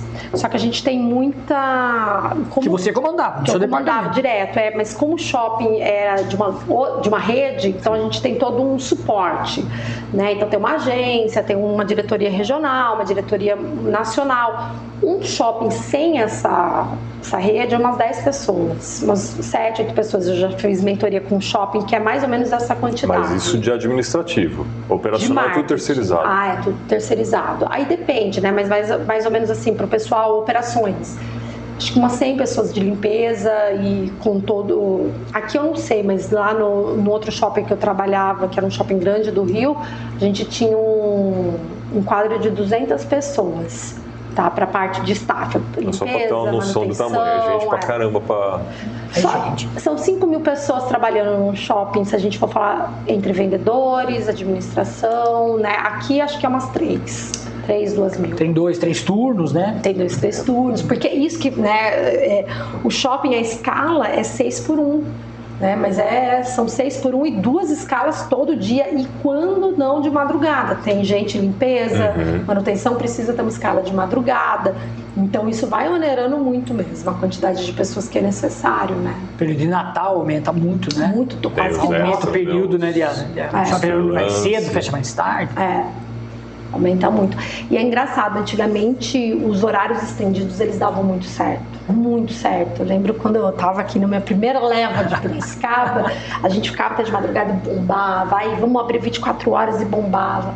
Hoje, eu não vou falar com autonomia hoje, porque eu não acompanho mais na operação, mas desde a minha saída já o horário estendido, antes da pandemia ele já vem... mudou muito por conta da digitalização, né? Porque hoje de madrugada não preciso eu compro de madrugada, exatamente. Eu vou comprar agora e amanhã tá na minha porta. A Black Friday, uma época, Americanas virava à noite. Então, em 2016, 2017, ela fez um viradão. E eu lembro que a primeira vez foi ok, a segunda vez tinha gente na fila, tipo, esperando aquela loucura. E esse ano, coincidência ou não, eu na Black Friday estava em Goiânia. E Goiânia tem um shopping, que inclusive eu cuidei desse shopping por muito tempo numa rodoviária, que é a Araguaia. E perdi o voo, tinha que voltar de ônibus, então, e era tarde, eram umas 10 horas o meu ônibus. E aí, Americanas assim, tipo, fechada. Eu falei, nossa, véspera de Black Friday. Então eu falei, vai abrir de madrugada? Ah, não, a gente só vai abrir amanhã de manhã. Eu falei, nossa, né? Que mudança. Então, que mudança. Mas a disciplina, né, só trazendo aqui da equipe, é o que é mais necessário e é o mais difícil. Eu, uma pessoa extremamente criativa, meu time sabe disso, meus ex-times, né? Se eu falar aqui, se eu falar, sou super disciplinada, eles vão falar, mentira! Mas, então, assim, eu sou verdadeira, tá, gente? Eu não vou mentir, não. E varejo é rápido. As coisas mudam rápido. Então, a disciplina, que é muito a ver com estratégica que eu falo, e eu falo uma coisa que sempre foi minha dor. Eu falo que hoje eu trabalho com estratégia, né? Então, marketing estratégico, que é esse marketing que busca as ideias, as tendências e aplica para mudar o resultado. Estratégia é dizer não para ótimas ideias. Disciplina é dizer não para ótimas ideias. Porque se eu não foco naquilo, eu vou para Nova York, não foco em Nova York, eu começo a pensar aqui, pensar ali, posso fazer acolá, sabe? Vai ter uma feira maravilhosa em Las Vegas 3 dias antes da NRF. Pensa se eu já não olhei e falei, eu podia ir, né? De inteligência artificial. Falei, nossa, posso ir, depois eu vou para a NRF. Só que se o meu foco é levar um grupo para Nova York, eu tenho que prover que Nova York esteja redondo. Nem que eu estiver aqui no Brasil, eu preciso estar aqui no Brasil organizando Nova York. Com a cabeça lá. Com a cabeça lá. Como que eu vou para Las Vegas? Por mais ótimo que seja a ideia, porque eu já vou estar com o voo, já vou estar lá nos Estados Unidos. Mas em outros tempos eu iria. Com certeza eu iria. Então, eu acho que é muito sobre isso, disciplina. Também a gente ter foco e dizer não para ótimas ideias. E é difícil. É muito difícil. Por isso que a gente vê tanto shopping, principalmente, e algumas lojas se perdendo no meio do caminho. Falta de posicionamento, falta de disciplina, falta de aceitar que eu sou aquilo. Eu vou dar um exemplo. Eu tenho um posicionamento muito claro. Então, eu corto o cabelo, meu cabelo, tal. Então, meu cabelo demora para ser arrumado, mas quando eu tenho um podcast, eu sei que eu tenho que estar com aquela cara, porque senão cada dia eu tô de um jeito. Outro dia eu tô com cabelo liso, outro dia eu tô com cabelo preso. Eu não crio uma identidade, as pessoas não se aproximam de mim. Então, eu tenho que ter disciplina o dia que eu sei que eu tenho podcast, de acordar mais cedo, lavar o cabelo, deixar secar, fazer babyliss e independente. Se preparar para a imagem. Porque a imagem também, tá vendo? Não é à toa que eu uso camisa azul o tempo todo. Mas isso gente, é uma loucura, né? As pessoas falam, marca, né? Mas a marca é o nosso posicionamento. Quando a gente trabalha, eu sou a minha marca, então esse é meu posicionamento. Por mais que hoje tá calor, eu vou prender, posso fazer, mas não é é posicionamento, é ter disciplina. E, gente, é tão difícil. Nossa, se meu time estiver ouvindo e falar assim, será que ela tá falando? Porque assim, eu lembro cada pessoa que batia na minha porta com uma ideia, aparecia uma ação, falava, olha, a prefeitura precisa de tal coisa. Uma vez veio uma ideia maravilhosa em um shopping, gente, a prefeitura vai fazer uma doação de cabelo, vai ser lindo, para ajudar as crianças. Eu falei, nossa, vai ser lindo, praça de eventos lotada, não tinha lugar. Onde é o único lugar que tem um espaço de um quiosque na entrada da praça de alimentação? Ideia ótima, né? Mas faltou foco. Falei, não, e era um shopping que a gente estava tentando posicionar mais vamos fazer. Gente, acabaram com a gente. Os lojistas falaram, onde se viu, corta cabelo aqui na entrada da praça. E vinha tudo com gente, cortando. E a gente inaugurar um restaurante mega premium. Eles falavam, nossa, foi assim, um caos. Então, e às vezes a gente executou. Mas disciplina não quer dizer só executar. Quer dizer executar as coisas certas. Que é difícil. Tomar boas decisões. E fazer. Porque senão o negócio fale mesmo. Tem um livro muito bom sobre isso, Essencialismo. Eu falo nas minhas palestras. Tá aí atrás, em algum lugar tá aí. Essencialismo? É maravilhoso. No título. Sabe que eu... Aprender a falar não. E sabe que nas minhas palestras, que eu tenho a palestra VOE, Verdade, Objetivo e Execução. E o E da execução é no essencialismo. Muito bom. E a brincadeira, né? A história que eu conto na palestra, eu falo exatamente isso. Eu falo, olha, eu vou dar 5 passos. Verdade. Aí eu dou 5 passos. Verdade, objetivo e execução. Que é a estratégia VOE. Aí eu dou 5 passos. Um aqui. Eu falo, gente, dei 5 passos. Agora eu vou dar 5 passos de novo. E eu dou 5 passos reto. Que é sobre isso o livro. Falei, tá vendo? Gastei a mesma energia. Só que um eu saí do lugar, o outro eu só rodei em círculos. E aí eu mostro o livro, exatamente. Muito maravilhoso. Bom. E tem um outro, já leu o outro? Que é o essencialismo, e agora qual que eu tô lendo agora, que é o... Ai, meu Deus, que é o segundo dele. Eu vou lembrar o nome até o final aqui do podcast, eu passo pra vocês. Vou procurar depois. É maravilhoso. Que eu tô lendo até, né? Tô lendo pela segunda vez, que é tão bom quanto. Legal, bacana. E até falando tudo isso, você vai comandar um time de pessoas. Você não vai sozinha para a NRF, você vai levar uma comitiva de pessoas, 20 pessoas aproximadamente. 24 pessoas, 24 empresários e mais... Todos brasileiros? Todos brasileiros e mais 9 membros da comitiva. Isso também é um outro ponto, né? Quando a gente abre um negócio próprio, a gente às vezes acha que a gente é a gente, né? Mas quando a gente fala de uma empresa, que é o caso da minha empresa que faz esse tipo de viagem, não tem como fazer sozinho. Então a gente precisa ter gente boa sempre ao nosso lado. Felizmente eu me uni a uma outra delegação que é da Popeye. Popeye é a maior empresa, é a maior associação sem fins lucrativos de marketing promocional do mundo. Então ela tem vários lugares que tem no Brasil e a nossa comitiva é um mix Sara, Zaros e Popeye. E essa comitiva a gente tem os especialistas, cada um numa área. Então eu tenho gente só focada em olhar a loja, que está me ajudando. Então a Ana Paula do Bianca, ela tá me mandando, olha, Sara, veio essa, é uma arquiteta de varejo, porque eu falo que a gente tem que ser, ou você China ou você nicha, né? Então a gente tem que ter foco naquilo e não dá pra gente ser bom em tudo. Então a gente precisa ter gente boa que nos ajudem em outras. Cada um na sua área. Cada um na sua área. E juntos fazem melhor. E aí o que eu tô fazendo é costurando isso de uma forma clara, para que fique bom, né? Para que os nossos 24 empresários que vão com a gente, eles tenham a melhor experiência possível. Então a gente tem gente olhando só espetáculo da Broadway, falando, olha, esse espetáculo acho que tem a ver, tal. O outro tá olhando palestra de gestão, as áreas com um olhar mais de gestão, de gente e gestão. Então vocês já direcionam o pessoal que vai, assim, isso aqui faz essa é a sua parte, você vai me ajudar isso. De acordo com o perfil de cada empresário também. E aí eu converso com cada empresário e a gente fica junto todo o tempo, né? Não tem como ficar junto 100%, porque são 1000 palestras, para vocês terem uma ideia. 1000 palestras em 3 dias. Nossa. Você não assiste tudo. Não dá, não é possível. Só se estiver no YouTube depois. Né? Então são o resto do ano. São 980 palestras, speakers, né, e tudo mais. Tem as maiores, que daí as maiores eu sempre direciono. Eu falo, gente, nas grandes, vamos em todas. Daí a gente começa a se separar. E fora que a NRF é o congresso, mas o congresso ele é um plus. A NRF é uma feira. Então a parte de baixo da NRF são mais de 1000 expositores só de tecnologia. Tem uma outra área que é mais ou menos uns acho que uns 300 de startup. E tem uma nova área que foi ano passado só de grocery, só de mercado, soluções para supermercado. Então, são 4 pavilhões. Então, você chega, tem um pavilhão da feira, tem um pavilhão das startups, e aí você sobe para chegar nas palestras, que daí tem simultaneamente 5, 6, 7 palestras às vezes. Então, você tem que saber a estratégia, você tem que saber escolher. E aí, o grupo que vai com a gente direciona.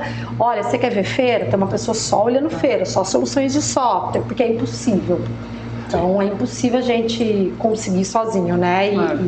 E eu falo, faz 3 anos que eu estou me preparando. Então faz 3 anos que eu vou. Essa é a primeira vez que você leva. Que eu levo sozinho num grupo. Isso, eu já participei de comitivas, já trabalhei para outras comitivas, mas sempre como especialista. A CIP fazia aqui, né?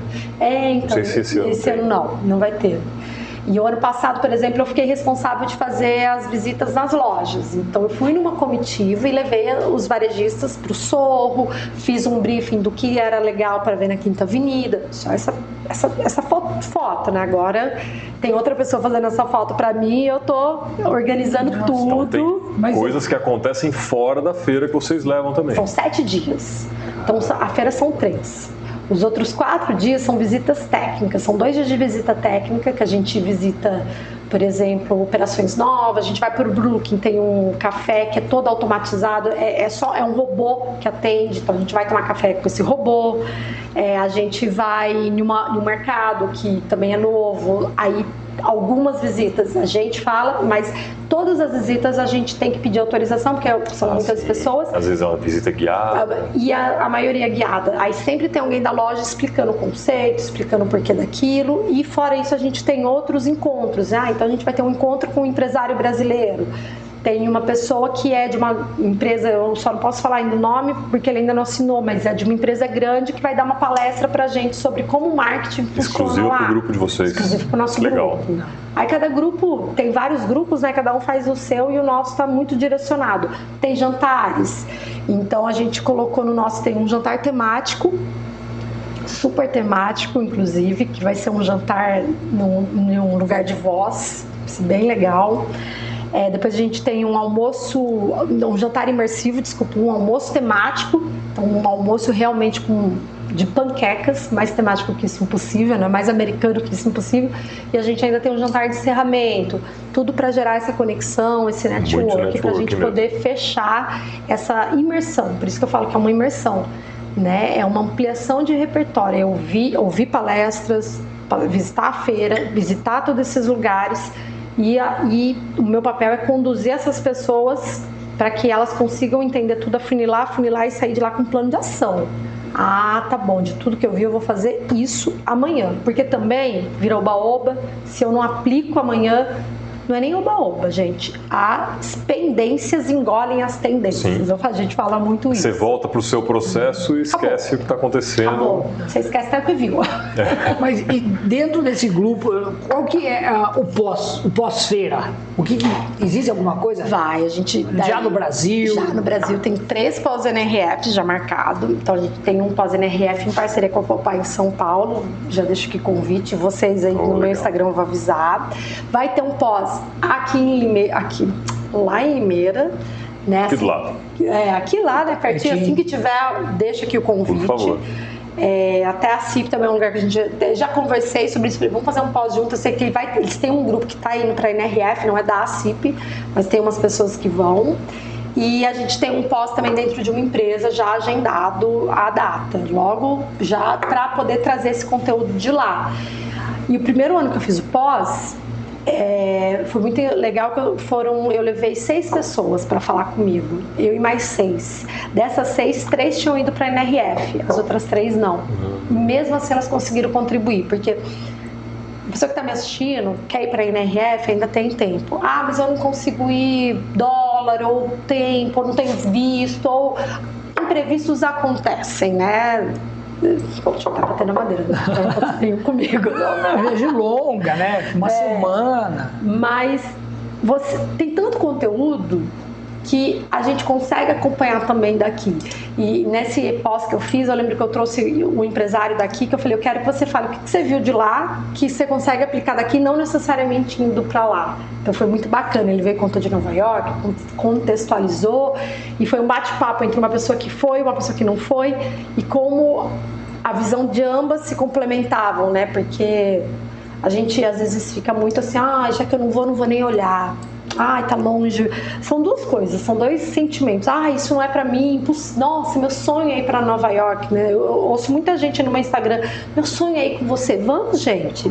Até a gente já tá lançando 2026. Né? Daqui a pouco a gente já lança para parcelar em 12 vezes. Eu falo, parcela, na hora que chega a viagem, você nem sente, você só vai. Então não é tão longe assim, se programando.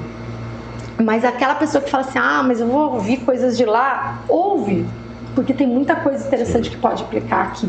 Eu fui uma vez numa palestra que teve na CIP, depois que o pessoal voltou, foi muito legal, muita informação. Muita informação, muito legal. É fantástico. Você vê o pessoal conseguindo aplicar, trazer essas coisas para o mercado brasileiro? O que você viu que algum empresário mesmo trouxe de algum ano que você foi para lá e mudou o mercado brasileiro por conta disso? Tem alguma coisa assim? Eu acho que, assim, dos 2 últimos anos, eu não vou ter nenhum exemplo assim muito gritante para eu falar. Eu vejo muita gente trazendo ideias, né, vendo as coisas acontecendo lá e falando, como que eu posso... Eu vejo mais uma expansão de mentalidade, né, no meu caso, dos meus clientes, tá? Então eu vejo eles muito com expansão de mentalidade, com ideias... Mas todos são empreendedores, todos lojistas. São empresários.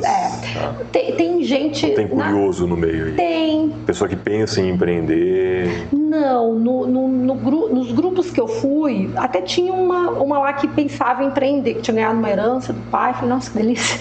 E o pai tinha dado dinheiro e, na verdade, ela tá pensando que ela ia abrir. E ela estava nesse grupo. Mas nesse ano específico, a gente tem gente de empresa, de indústria, então executivos e muito empresários. Tem palestrantes, tem 2 palestrantes no meu grupo, acaba que vai buscar conteúdo e trazer. E fazer networking. E fazer também, network também. Com certeza. Mas eu vejo muito isso no universo que eu vivo, assim, muita coisa do que as pessoas veem lá, ela é mais aplicar a mentalidade do que o exemplo prático, porque às vezes não tem nem as soluções. Então a gente tem o caso desse software que eu falei, da fila. Né? Agora que eu estou vendo algum ou outro. Então tem muita tecnologia lá que as lojas já fazem, mas às vezes a gente não consegue trazer aqui para aplicação. Mas a mentalidade muda e a gente vê muita gente com uma mentalidade mais aberta, mais com vontade de fazer diferente, com vontade de engajar a equipe, entendendo como as coisas funcionam. Então eu vejo muito mais nessa linha do que é um exemplo aqui, viu em Nova York e trouxe para cá. Isso eu não vou saber assim um exemplo claro mesmo nesse caso ainda. Monitorar esse grupo aí. Mas é uma coisa que a gente vê em filme, assistindo, não chega a ser futurista. Parece que as coisas lá acontecem muito mais rápido, né? Aqui não sei se é mentalidade ou é falta de dinheiro, porque é o país mais pobre. Ouso dizer que é os dois, né? Eu acho que, o que você acha disso? Por que não se aplica com tanta velocidade, as coisas não acontecem tão rapidamente? Eu acho que falta questão também de dinheiro. O comércio lá, uma loja reformada, eles vendem muito mais do que aqui. O valor que eles gastam lá para reformar o ROI, o retorno do investimento, é muito mais rápido do que aqui, isso com certeza. A gente vê as franquias acontecendo lá, tipo a Swarovski, né? Swarovski abriu uma loja maravilhosa lá, todas aqui no Brasil são muito parecidas com o que está lá já. Então isso de franquias, a gente vê muita loja. Eu trouxe caso aqui das pessoas que foram comigo, mas isso eu vejo muito, tá? Ver o modelo da loja lá e a pessoa, a mesma loja, quando é marca grande, está aplicando aqui no Brasil. Agora, o que acontece no Brasil? Tem muita loja, gente, por incrível que pareça, que não tem nem ar-condicionado funcionando. Então a gente não faz o básico. A gente vê mercado que não tem o processo do self-checkout. Ou tem, mas não funciona. Ou tem, eu vi outro dia lá, mas só até 10 itens. Eu falei, gente, mas então não é um caixa rápido, né? Ou mas ninguém usa. Põe alguém para ensinar a usar. Claro. né? Então a gente vê a questão de LED, lá tem muita LED, as lojas todas LED. Aqui você entra numa loja, a LED tá lá, parado com... faz um banner. Estático, né? Estático, o LED tem que ter uma inteligência por trás. Não, eu acho que só colocando vai resolver, né? E quem tá criando o que vai passar ali, né? E que horas vai passar, né? Porque lá tem alguns lugares, e lá eu digo Singapura tinha muito disso. Dependendo do horário do dia, era uma comunicação. Dependendo e eles tinham... Porque é um público específico que está passando naquele momento, e aí você tem que entender aquele público. Principalmente para mercado, né? Então, é de manhã eu vou fazer vou pôr um pão, vou fazer uma receita de almoço, mas à noite eu vou mudar essa programação para um vinho. Se eu boto lá na inteligência que, hoje é quinta, dia de futebol, posso colocar cerveja, posso colocar aqui de churrasco. Então, o LED ele tem essa possibilidade, por isso que ele existe. É dinâmico, né? É dinâmico. Não é estático. Então, no Brasil falta o básico ainda, né? Infelizmente, essa questão do ar-condicionado é séria. A gente sai daqui do nosso meio de São Paulo, tem muita loja que não tem ar-condicionado. Isso eu ia te perguntar, porque assim, Brasil, apesar que Estados Unidos é maior que o Brasil, mas é uma outra estrutura, um outro conceito de formação de país, inclusive. Mas aqui... Tudo isso que você está falando, eu vejo muito claramente assim, o estado de São Paulo, a gente está no melhor lugar do Brasil, com tudo que acontece lá fora aqui, chega praticamente instantâneo. Mas assim, você começa a sair da grande São Paulo, aqui Piracicaba já está na borda, você começou a subir um pouquinho mais perto de Minas, Mato Grosso do Sul, você já não começa a ver mais esse tipo de coisa. Só nas capitais. Como que está aí nas capitais desses outros estados? São ilhas, né? Mas como que você acha que daria para aplicar tendências para um pequeno empresário que está numa região um pouquinho mais afastada? Assim, Piracicaba ainda é bom, Piracicaba tem tudo também, né?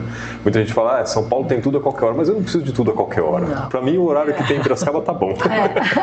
Não gosto de São Paulo, eu sou nascido lá. Mas o cara que está ali com a lojinha dele, um pequeno negócio... que não está numa grande capital, não tem acesso à tecnologia, a informação está disponível para todo mundo em qualquer lugar. Tá em todo mundo. Qual a forma desse empresário, essa empresária conseguir colocar alguma coisa assim para também não chocar o público dela? Você está falando aí do self-checkout. Às vezes o cara tem uma lojinha lá no interior do Pará, o cara não sabe usar aquilo ali, e às vezes nem o funcionário, e vai pôr só por pôr, tem que tomar mais cuidado. Eu acho que isso é muito importante, eu acho que eu sempre falo que não adianta eu tenho que ter um propósito ao fazer, e o meu cliente tem que estar pronto para esse propósito, porque senão também não adianta, eu só vou fazer por fazer. Mas vou dar um exemplo que eu adoro, que eu fui uma vez eu fiz uma consultoria, uma mentoria num shopping de Pará de Minas. Fiz aí quase um ano. Pará de Minas? Fica em Pará ou em Minas? Não, fica longe. Pra gente fica longe, porque não tem... Fica a 1 hora de BH, indo pro Vale do Aço. Então, assim, é bem indo pro norte de Minas mesmo. E eu, nessa consultoria e tal, a gente resolveu dar uma volta na cidade, porque eu gosto de conhecer a cidade e tal, então eu falei, vou dar uma volta na cidade. Cidade pequena. Cidade pequena, uns 70 mil habitantes, mas assim, não é tão pequena, mas é um interior do Brasil, quer dizer. E tinha várias confecções, né? Então, várias lojas de confecção e as lojas próprias lá. Primeiro, uma loja que eu entrei e falei, gente, mas tem essas marcas aqui, vende, né? E a pessoa falou, vende, tem muita gente com muito dinheiro aqui. Então começa aí Então eu não adianta ter uma loja que eu não tenho público para comprar. E eu fui numa outra, que era uma loja de uma confecção normal, uma loja bonita, arrumada, bem, bem bonita mesmo, assim, até... mas ok, nada assim demais. Eu comecei, mas eu tinha acabado de fazer aquela colometria, né, de colocar a coloração pessoal, que coloca os panos, fala que se é inverno, né, então, a gente fica louca, né? A gente quer trocar o guarda-roupa inteiro. E eu estava nessa.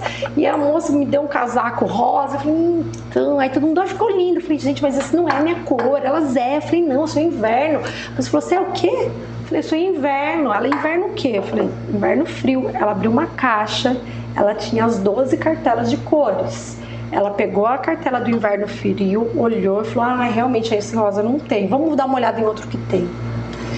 Olha que atendimento. Olha que atendimento. E isso é personalização. Quando a gente fala de cada cliente que se sentir único, E se eu olho, daí se eu vou mais a fundo no meu negócio, o que está na moda, né? Que daí tendência é uma coisa, tendência é um hábito que vai mudar e nunca mais volta. Tendência a gente fala, é um hábito que muda a sociedade. Comportamento e não volta. Moda é moda. Moda é cíclica, né? E tem coisas que moda é empolgação. Moda é empolgação. Então a moda pode ser hoje, por exemplo, eu brinco que uma tendência era consumo de vídeo, consumo de conteúdo por vídeo. Começou lá atrás com o YouTube. Sim. E ainda hoje a gente, vocês se imaginam não aqui. Estamos fazendo isso agora. E o que está na moda agora? O TikTok. Né? O TikTok é a moda da vez. Não é só para molecada e dancinha. Não é, principalmente mudou muito. Então a moda é isso, né? Pode ser que daqui já foi moda, já foi YouTube, já foi Reels, então a moda ela muda. Então eu entendendo que a tendência é a pessoa querer se sentir única e tá na moda fazer coloração pessoal. Você falou, minha esposa já fez, né? Todo mundo fala, eu ainda não fiz, quero fazer, porque tá na moda. Essa loja, lá em Pará de Minas, entendeu isso, provavelmente deu um treinamento para as vendedoras, comprou as cartelas, colocou dentro de uma caixa de papelão rosa e falou, olha, se a cliente vier aí falar, só mostrar. Então, é só se adaptar, a tendência ela tá aí. Né? Como que eu adapto ao meu negócio? Uma outra coisa, eu não tenho mão de obra para trabalhar. Isso é uma dor em todo lugar, Todo mundo reclama. Todos os empresários que vêm aqui no Store Talks falam isso. Todo mundo. E não é só aqui. Eu falei outro dia, eu tenho uma pessoa lá de Parintins com a gente, uma empresária de Parintins. Uau. E ela, desculpa, eu tô correndo porque eu não tenho gente para trabalhar, eu tive que fazer tal coisa. Então lá em Parintins ela estava me reclamando disso, uma supermercadista. Se eu estou falando que as pessoas estão envelhecendo mais tarde, o Silver Money está aí, o Silver Job também está aí. Por que eu não contrato pessoas acima de 60? Por que eu não faço? Em Singapura eles têm isso, eles têm uma ação. Igual tem cota, eles começaram a pôr cota e esse pessoal trabalha melhor, mais feliz, mais engajado. Porque eles não trabalham, eles trabalham pelo propósito. Para ocupar o tempo. Pelo propósito de vida, eu vou ajudar alguém. E não só porque eu preciso do dinheiro. Às vezes também, sim, eu preciso do dinheiro. Mas eu trabalho também pelo propósito. Então, você que está aqui ouvindo a gente, que é do interior de Belém, do Pará, né?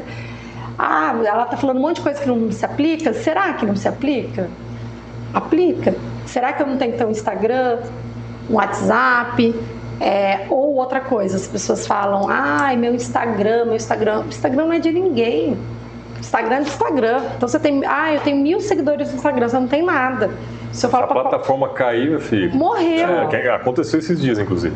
Então, sabe aquela cadernetinha que a gente tinha o nome? Como que eu vou vender? Não consigo. E o WhatsApp, então? Né? Então, antigamente a gente tinha aquela cadernetinha que anotava Sara e o telefone da Sara.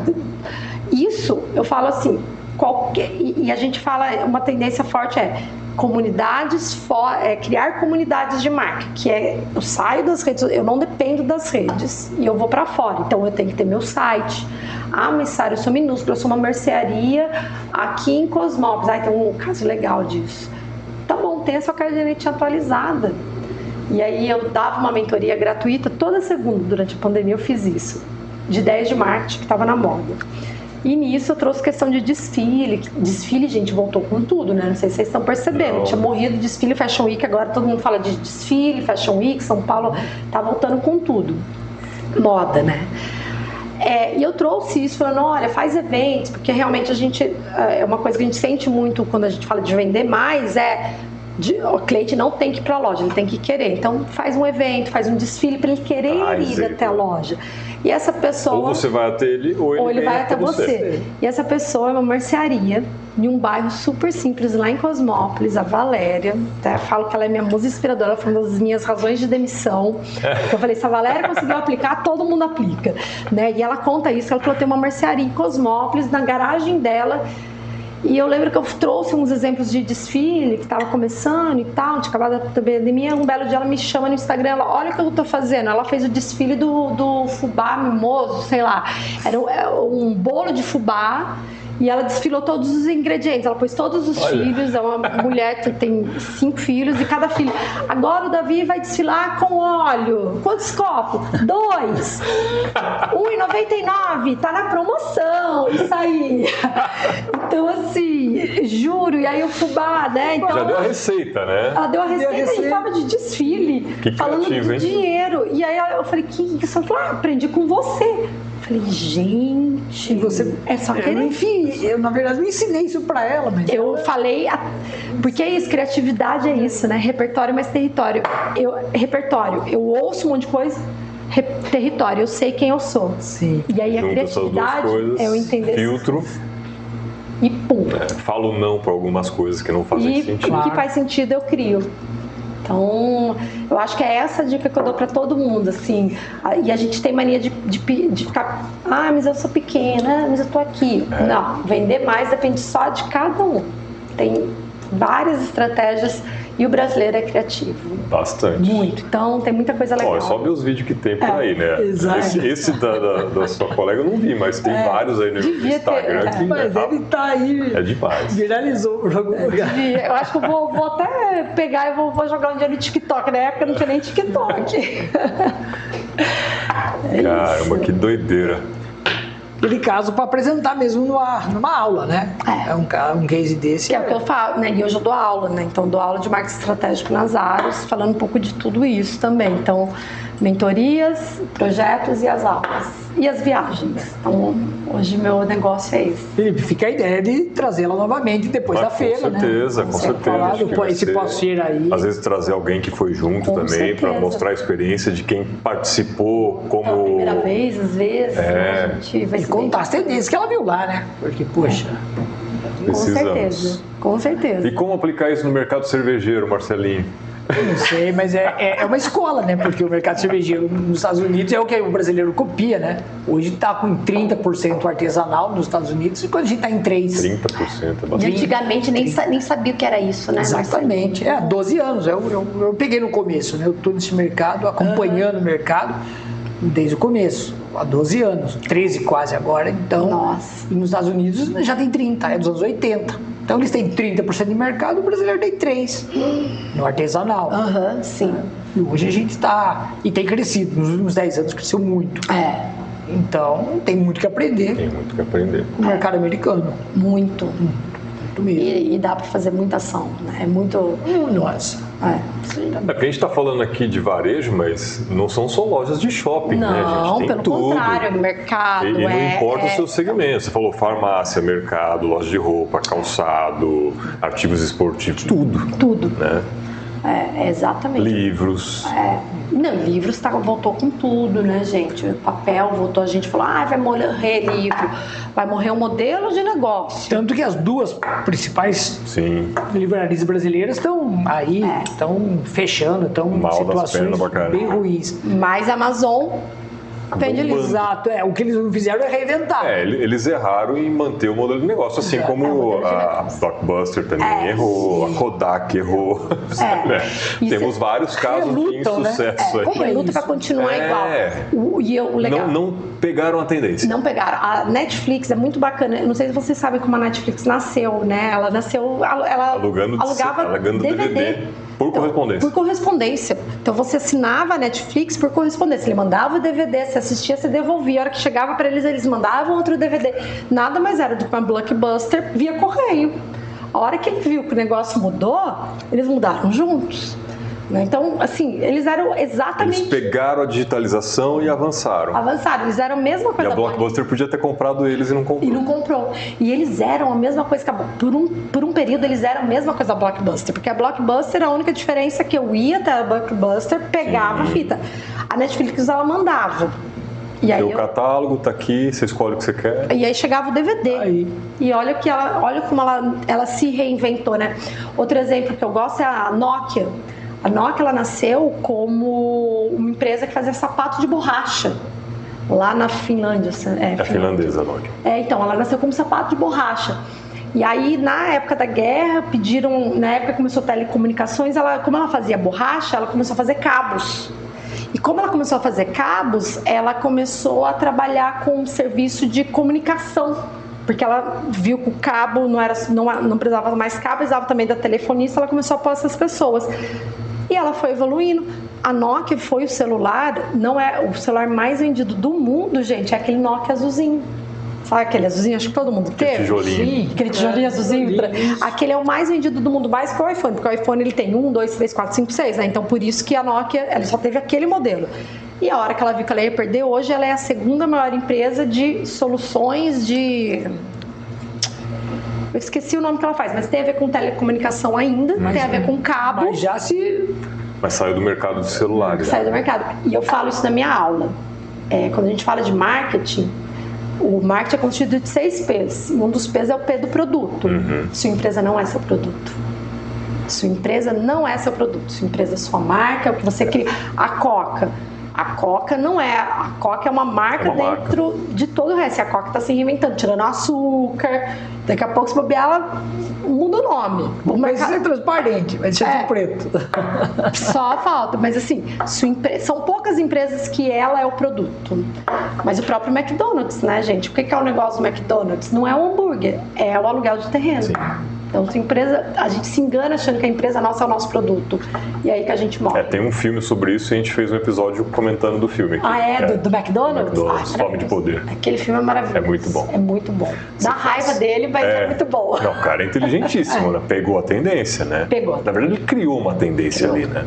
Ele viu o negócio e viu que o... Pimba. Aí você falou da Nokia, a Samsung, né? Eu até fui ver aqui porque eu não lembrava qual era a origem deles, mas era uma distribuidora de alimentos na Coreia. Não tinha nada a ver com o celular. Olha. Nada a ver. Começou em 1938 com distribuição de alimentos. Não foi parar, né? E é sobre isso, né? Eu falo, mas faz o quê, né? Eu falo, hoje eu faço isso, amanhã. E agora eu vejo, hoje, o meu dia, o meu Pareto antigamente era 70-30. 70 atendendo os meus clientes, mentoria, consultoria, 30% eu falava das viagens. A cada dia eu tô migrando para inverter. Hoje eu tenho 70% do meu tempo é mais focado em organizar essas viagens, organizar essas imersões. Empresas vindo até mim falando, você vai viajar? A gente queria que você falasse da gente nessa viagem, você vê tal coisa. Então eu falo, eu não sei para onde vai, mas a marca é uma coisa. O produto que a gente oferece produto que tem disponível naquela hora. Eu posso vender água no deserto e ficar rica. Né? Eu posso, só que se começar a chover, e aí? Tem que vender outra coisa. Exato. Né? Então, é muito sobre isso. A gente estava falando da digitalização e as pessoas se conectando muito com os dispositivos, né? Celular, computador. E essa pessoalidade, conexão entre pessoas cara a cara diminuiu muito. Mas hoje eu vejo isso como uma tendência de voltando. Voltando total. Tô certo? Tá muito certo. Que é a questão da inteligência artificial. Como eu falei, ela veio para pôr o humano para ser humano novamente. E as pessoas, a gente tem essa mania dos extremos, né? A gente vai para os extremos e volta. Então isso já vem voltando essa conexão, muito essa questão também do equilíbrio emocional, né? Questões da gente. Outro dia eu fui numa médica que ela falou assim, eu falei, mas qual que é a sua especialidade? Ela falou, eu era neuro. Agora eu sou médica integrativa da Nova Medicina. Agora tem um monte de integrativo, né? Como assim? Eu falei, mas você é neuro? Não, eu não sou mais neuro. Me confundo. Tenho uma especialização, mas não atendo mais como neuro. Então, quase isso, mas ela meio que quase falou que não acredita mais na neuro. Cancelei meu neuro no diploma lá. Isso que eu senti, se ela pudesse, ela ia lá e riscava. Mas é muito... A gente foi para um extremo, né? A gente vem humanizando mais. E a gente tem as crianças que são nativas digitais, então a geração Z já nasceu nativa digital. Os alfas, que são as crianças abaixo, né, de 2010, se eu não me engano. Isso. Eles são mais ainda nativos digitais, só que eles estão... Não é nem eles. A gente, como pais dos alfas, estão vendo o que aconteceu com essa geração que não tirou a mão do celular. O dia inteiro eu fico com as minhas crianças. Chega de tela, 1 hora de tela, não tem mais tela, é o dia inteiro. E isso eu acho que não é uma dor só minha, acho que todo mundo tá passando por isso. Eu vejo as mães lá do condomínio, todo mundo, nossa, eu não aguento mais, proíbe a tela, 2 horas de tela. Mas antes, todo mundo podia tela. Isso. Né? E então a gente vê, é legal porque as gerações elas são sempre antagônicas, porque a gente está criando os filhos para tentar não errar nessa criação que teve aqui. E assim vai, né? E alguma coisa a gente vai errar, não adianta. Com certeza. E o varejo tem até medo disso. Um pouco da área de marketing, a gente já entende que tem que estar olhando para o mercado sempre. Mas o varejo, ele tem que estar antenado, conectado com essas tendências e vou humanizar agora. O varejo eu falo que o varejo é o coração dos negócios, né? A gente... Se fosse um organismo... É aquilo, né? O varejo está na ponta. Ele está na ponta, ele é que por mais que tenha uma fábrica, sangue. tem toda uma cadeia, no fim é uma pessoa física que vai comprar no final. Então ele tem... por que eu falo que a NRF é tão importante? Eu falo para todo mundo, vamos para a NRF, vamos para a NRF, né? A NRF, mas é um varejo. O varejo é a fotografia do consumo. Quando eu viajo, não sei vocês, mas quando eu viajo, fora do país, né, principalmente, assim, eu quero conhecer a cultura local, eu vou aonde? Vou no mercado. Mercado. Primeiro lugar que tem na minha lista, eu tenho que ir no mercado. Porque eu sei que no mercado eu vou entender a cultura. E o mercado é o primórdio do varejo. É a alimentação, né? E é o que começou lá, né? Então, necessidade básica. Necessidade básica é onde todo lugar tem um mercado. O mercadinho foi o primeiro varejo do mundo, foi o mercadinho, né? A venda. Então o varejo precisa, qualquer negócio precisa, e o varejo ele é o primeiro momento. Então, eu dou aula. Pode pegar NRF, você vai aprender. Tanto que eu, quando saí de shopping, hoje meus clientes, por muito tempo eu fiquei falando, eu sou ainda focada em varejo, mas eu tenho até um grupo de escola que eu atendo. E eu tenho 2 escolas diferentes, né? Uma Zaros, que é uma escola de negócios para Zaros, escola de negócios de Limeira. Inclusive é uma pessoa muito boa para a gente um dia convidar. Por favor.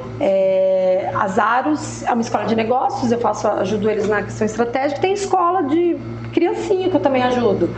Porque... Escolas são consideradas varejo? Não. É só quando é produto, é varejo mesmo? Serviço, né? Serviço também é varejo. Então, que escola é educação, é serviço, mas não se enquadra. Não. Tá. Pode ser que eu esteja falando besteira. Não sei, eu estou perguntando pela nomenclatura mesmo, assim, o que significa. A gente considera varejo quando que daí a gente tem varejo produto e tem o serviço, né? Então, uma clínica de estética, um cabeleireiro, aí ele se enquadra nesse serviço varejista. Mas não significa que se você não é essencialmente do varejo, que você não possa tirar conceitos de uma NRF e coisas desse tipo. Pelo contrário, lá dita muito que tá todo mundo... Falo, a escola, o dia que eu cheguei, vou fazer o calendário do varejo. Mas a gente é escola, tá? Mas precisa saber dia das mães, dia dos pais, precisa saber tudo, dia dos avós. Tá na moda dia dos avós, agora eu não vou fazer nada pros avós? Tem que fazer, porque se tá na moda, a escola que fazer vai sair à frente. Aí eu falo assim, que linda, a escola do meu filho lembrou da avó, a sua não. Ou não vai ficar pra trás, no final né? é tudo negócio. Aí dá briga de família. E no final é assim, quem vende mais? Quem vende mais é quem constrói um relacionamento. E para eu construir relacionamento, tem que falar tá na cabeça desse cliente. Tem que falar com a pessoa, não é com o grupo. E tem que falar toda hora. Eu tenho que me fazer presente toda hora. E é essa empresa que vende mais. Aquela que se faz presente toda hora, independente de ser ela cara a cara ou desses momentos estratégicos, desses bullet points que a gente fala, igual a Disney, que você vai na Disney, né? Eu, por incrível que pareça, falo, eu nunca fui na Disney, em Orlando. Mas você vai pra Disney e falam que você olha no chão, tem lá um Mickey até no bueiro, né? Então, assim... Eu trabalhei no navio da Disney. Então, sabe o que eu tô falando? Tem Mickey em todo lugar. Hoje nem é mais só o Mickey, né? Porque eles vincularam até um pouco a imagem. Mas quando eu fui, era assim, todo lugar... Tinha um Mickey escondido. Porque é isso, sem querer fica lá. Né? Então é isso. E o varejo ajuda a gente. Se está todo mundo pensando no Dia das Mães, a hora que eu abraço a ideia do Dia das Mães, eu entro na onda, é muito mais fluido eu entrar na cabeça do meu cliente. E tem que acertar o timing também, né? Acertar o timing. Não adianta ser tarde. Eu mesmo queria muito falar de Natal. Nem muito cedo também, né? Cedo. Não adianta. É o equilíbrio, né? É equilíbrio. Você falou agora, eu lembrei de um exemplo que o Cleiton conta aqui. Ele mora em Rio das Pedras. E aí abriu lá numa rua de comércio, não uma galeriazinha assim, mas as lojinhas lá, né, as portinhas, e um cara foi lá e montou uma loja de brinquedos. Lá pra maio, acho que alguma coisa assim. Ele fechou a loja em agosto ou setembro. Ele não conseguiu esperar o Dia das Crianças por falta de planejamento. Total, falta de visão estratégica, né? Cara, ok, aguardasse um mês mais para você abrir, né? Ou, sei lá, conseguisse um caixa para segurar um pouco mais. Porque aquilo, naquele mês, você ia pagar suas contas e provavelmente sobrar dinheiro e mostrar sua loja para o público. E a gente... Ou ganhar um fôlego pro Natal, né? Isso, e aí você aguenta até o Natal para vender mais. Ele abriu quando? Ali por maio, acredito. Maio, foi Dia das Mães, ok, mas assim... A loja de brinquedos Dia das Mães, esquece, né?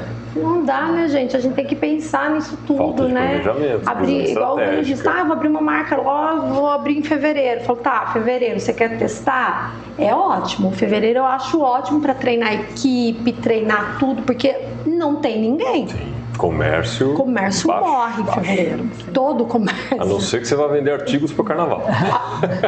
Ou se tiver um mercado na praia. Aí pode ser. É igual as lojas de Natal que surgem só na véspera de Natal ali, né? E acabou o Natal, some a loja. Não existe mais. Mas o varejo, tentando unir duas palavras também, ele é cíclico. Nesse período de 12 meses? Sim, muito. E ele respeita a sazonalidade. É incrível como respeita a sazonalidade. Então, tem as datas mesmo. Tem as datas.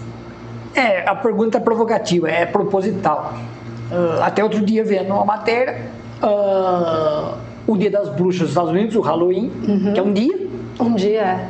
É a 7ª data de vendas dos Estados Unidos.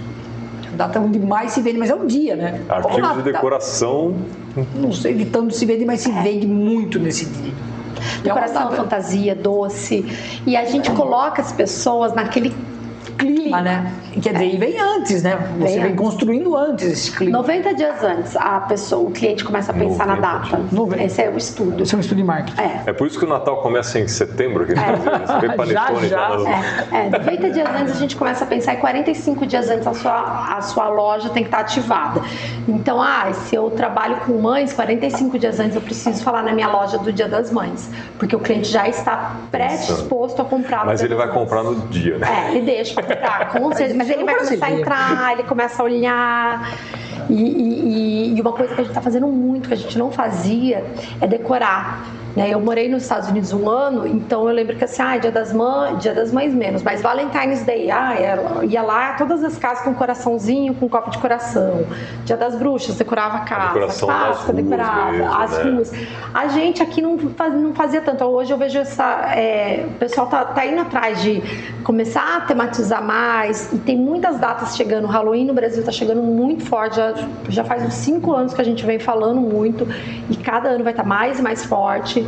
Claro, adaptada à nossa realidade, né? Que as crianças não saem na rua pedindo doces ou travessuras, mas em condomínios a gente já vê, em shoppings a gente já vê. E a gente percebe essa questão muito cíclica. Então a gente tem janeiro, um mês muito bom para baixo ticket de infantil, porque as crianças estão de férias, os pais vão pro shopping, pegam uma casquinha, tomam um lanche, vai no cinema, vai num brinquedo de férias, mas não compra muito porque tá todo mundo segurando. Só que daí a gente vê Calunga, loja de tênis vendendo muito bem, uniforme escolar. A gente vê fevereiro morto. Sim, fevereiro, gente, dá para contar no dedo das lojas que vão bem. Isso do geral, até mercado é ruim em fevereiro, começa a melhorar pré-carnaval, para a questão de... E isso é engraçado, tem um cliente que eu fiz um trabalho, ele é uma mecânica, um auto center, e ele contando pra mim os meses, eu falei, gente, igualzinho. Eu falei, gente, até isso. Ele falou assim, não, todo mundo se prepara pro Natal, bomba na semana do Natal. Chega janeiro, ninguém tem dinheiro, e fevereiro piorou. Vai melhorar só depois do Carnaval, que o povo já quebrou o carro e daí Por isso que o Brasil começa só depois do Carnaval. E é fato, a gente vê muito isso. Caramba. E aí a gente vê pós-carnaval, já começa a aquecer pra Páscoa, as pessoas já começam até estética, daí acabou com o cabelo, acabou com o rosto no sol, tomou muito sol durante o verão, então o pessoal volta para uma clínica de estética para fazer tratamentos mais baratos, mas para cortar o cabelo, para fazer uma hidratação. E em contrapartida, outubro e novembro o pessoal quer ficar lindo, né? Então começa a buscar coisas de regime, massagem, depilação, começa a bombar muito a partir de outubro. Mas a compra mesmo ela acontece muito cíclico e vai junto. Então a gente daí tem Páscoa, todo mundo vai pro shopping para comprar ovo, mas tudo vende. Loja de brinquedo acaba vendendo bem, porque a mãe já tá lá comprando ovo de Páscoa, a criança tá chorando, vou comprar pelo menos alguma coisa. Agora já melhorou as contas, já paguei o PVA, já paguei a matrícula, então já dá para comprar uma roupa, né? Vai ter Páscoa, mudança de estação, então Páscoa já começa a esfriar, vou comprar um casaquinho. O consumidor repete esse comportamento? Sempre. O ser humano é cíclico, né? Ele precisa ver. Setembro não tem nem razão para vir. Final de ano, tá todo mundo, ai meu Deus, ainda não veio o 13º, não tá frio, né? Talvez o setor, né? A área. Mas no geral isso, viu? Isso é geral de todos, porque no geral isso, viu? Isso é geral de todos, porque são 2 meses que não tem datas. Não quer dizer que talvez um ou outro setor pode ser que um mês seja melhor por causa de alguma coisa específica, né? Mas são ruins. Dá pra contar no dedo, viu? Todo mundo que eu converso quase fala ruim. Setembro é péssimo. Fevereiro. Em fevereiro, eu não sei assim, só atacado. Setembro é ótimo porque vai vender pro final do ano, né? Sim. Daí ele vende bastante porque o lojista está se preparando. Mas varejo é difícil, viu, Marcelo? Sofre. Esse ciclo também acontece lá fora. Um pouco menos. Adaptado para a realidade deles. Eu acho que lá eles sofrem menos com a sazonalidade nossa, assim. A gente tem muito essa coisa de, tem meses com dinheiro, meses sem, pago conta em janeiro. Lá o ano escolar começa em agosto, então isso já muda muito, Então, enquanto a gente está vivendo volta às aulas em janeiro, eles estão vivendo em julho, que casa também com o verão deles. Lá o verão eles viajam muito, então tem um consumo de outras coisas, mas não necessariamente o consumo local. Né? O pessoal viaja muito mesmo no verão. Então é um pouquinho diferente. O Dia das Mães não é tão forte. Aqui no Brasil é muito forte. Lá não é cultural. Lá não é cultural. O Dia dos Pais, então, coitados pais. Aqui já é ruim, imagina lá. Então, nossa, coitado. O Dia dos Namorados, né? A gente tem muito mais datas de compras do que lá. Muito mais. E o próprio Dia dos Namorados lá bomba restaurantes, mais presentes. Eles não têm essa maneira de dar presentes como a gente tem aqui. Lá eles compram ao longo do ano, sempre, né? Então, e lá as estações são definidas. Ficou frio? Ficou frio, então eu tenho que comprar um casaco. Aqui eu compro uma blusinha e outra. Lá não, lá são 3 meses de frio, aí eu coloco toda a minha roupa de frio. Depois são 3 meses médio, 3 meses de calor. Então, como é um pouco mais definido, lá eu acho que ele é um pouco menos... Tem menos picos do que o Brasil. Lá é um pouco mais flat. Além do poder aquisitivo. Aí outra. Aí já. Aí a conversa é outra. Vamos usar uma economista aqui. Nossa, nem fale. Ainda mais com o dólar a 6,30 que tá aí, né? Não sei quanto bateu hoje. Mas é uma loucura, meu. Que assunto. Sara, muito bom. Obrigado. Papo, né? O pessoal que quiser conhecer mais o seu trabalho, o seu Instagram está aqui na descrição, mas por favor fale se você tiver outros canais. Sara Elidio com Y, ELYDO. E Sara sem H. Sara sem H, tô quase mudando. Sara Elidio com H e com Y, porque, gente, vai ser mais fácil me achar. Sara Elidio, meu Instagram, meu LinkedIn também, eu posto bastante conteúdo lá. Tem um grupo no WhatsApp que eu sempre coloco, agora no NRF, eu faço uma cobertura, independente que você vá ou não, tem uma cobertura lá do meu ponto de vista, o que eu tô vendo, as lojas. Então, tá no meu link, inclusive, do Instagram. Só clicar lá e entrar no grupo do WhatsApp. Fica à vontade, é um grupo fechado, para não ficar bom dia, boa tarde, boa noite e não ficar divulgação de ninguém. Então, é só durante a NRF. Você acompanhar a NRF sem precisar estar lá. Sem precisar estar lá. Não é ao vivo, porque eu não posso filmar, mas tem muita informação legal. Tem muita gente que fala, nossa, é como se eu estivesse lá, porque eu olho tudo aqui. Então, tá no meu link da bio. NRF, quando eu vou para a CXSW, daí o grupo ele migra para a CXSW, mas esse grupo é um grupo que eu só mando informação nessas épocas, para evitar também mais um grupo com mais um monte de informação, que é o que a gente menos precisa, né? Mais muito coisas bom. Repetidas. Legal. Mas eu agradeço muito, falando Denise. Eu que agradeço, bastante informação. Vai voltar depois que voltar da NRF e vamos combinar para vir aqui, porque fizemos o pré, agora tem que fazer o pós. Agora a gente está fazendo o que pode acontecer, agora vamos fazer o que tem. Com certeza. Mas obrigado mesmo. Eu que agradeço. Bacana compartilhar toda essa informação com vocês aí que estão nos acompanhando. O episódio vai ficar aqui até o YouTube deixar de existir. Com certeza. Vida então, longa. Tem bastante informação. Obrigado, Marcelinho, aí, por prazer enorme. Fazer esse Obrigado aí substituição de emergência. Um abraço pro Cleiton aí.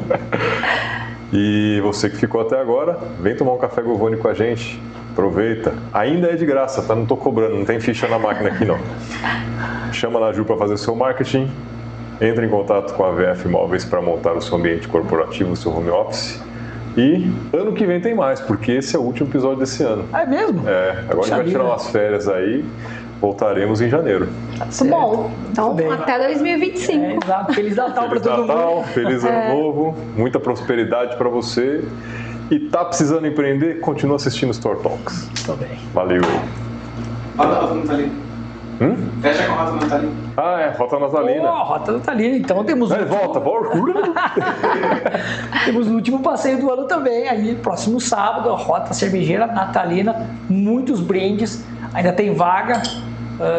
3 cervejarias. É um passeio incrível para conhecer as fábricas de cerveja, o processo produtivo e degustar a cerveja, que é o melhor do passeio. Com muito sorteio de brindes. Muito sorteio de brindes. Vão ter... Sei lá, já perdi a conta quantos brindes vamos sortear. Quase um por pessoa. Olha, tem bastante coisa. Aproveita, o QR Code está na tela, link na descrição, compra já seu ingresso.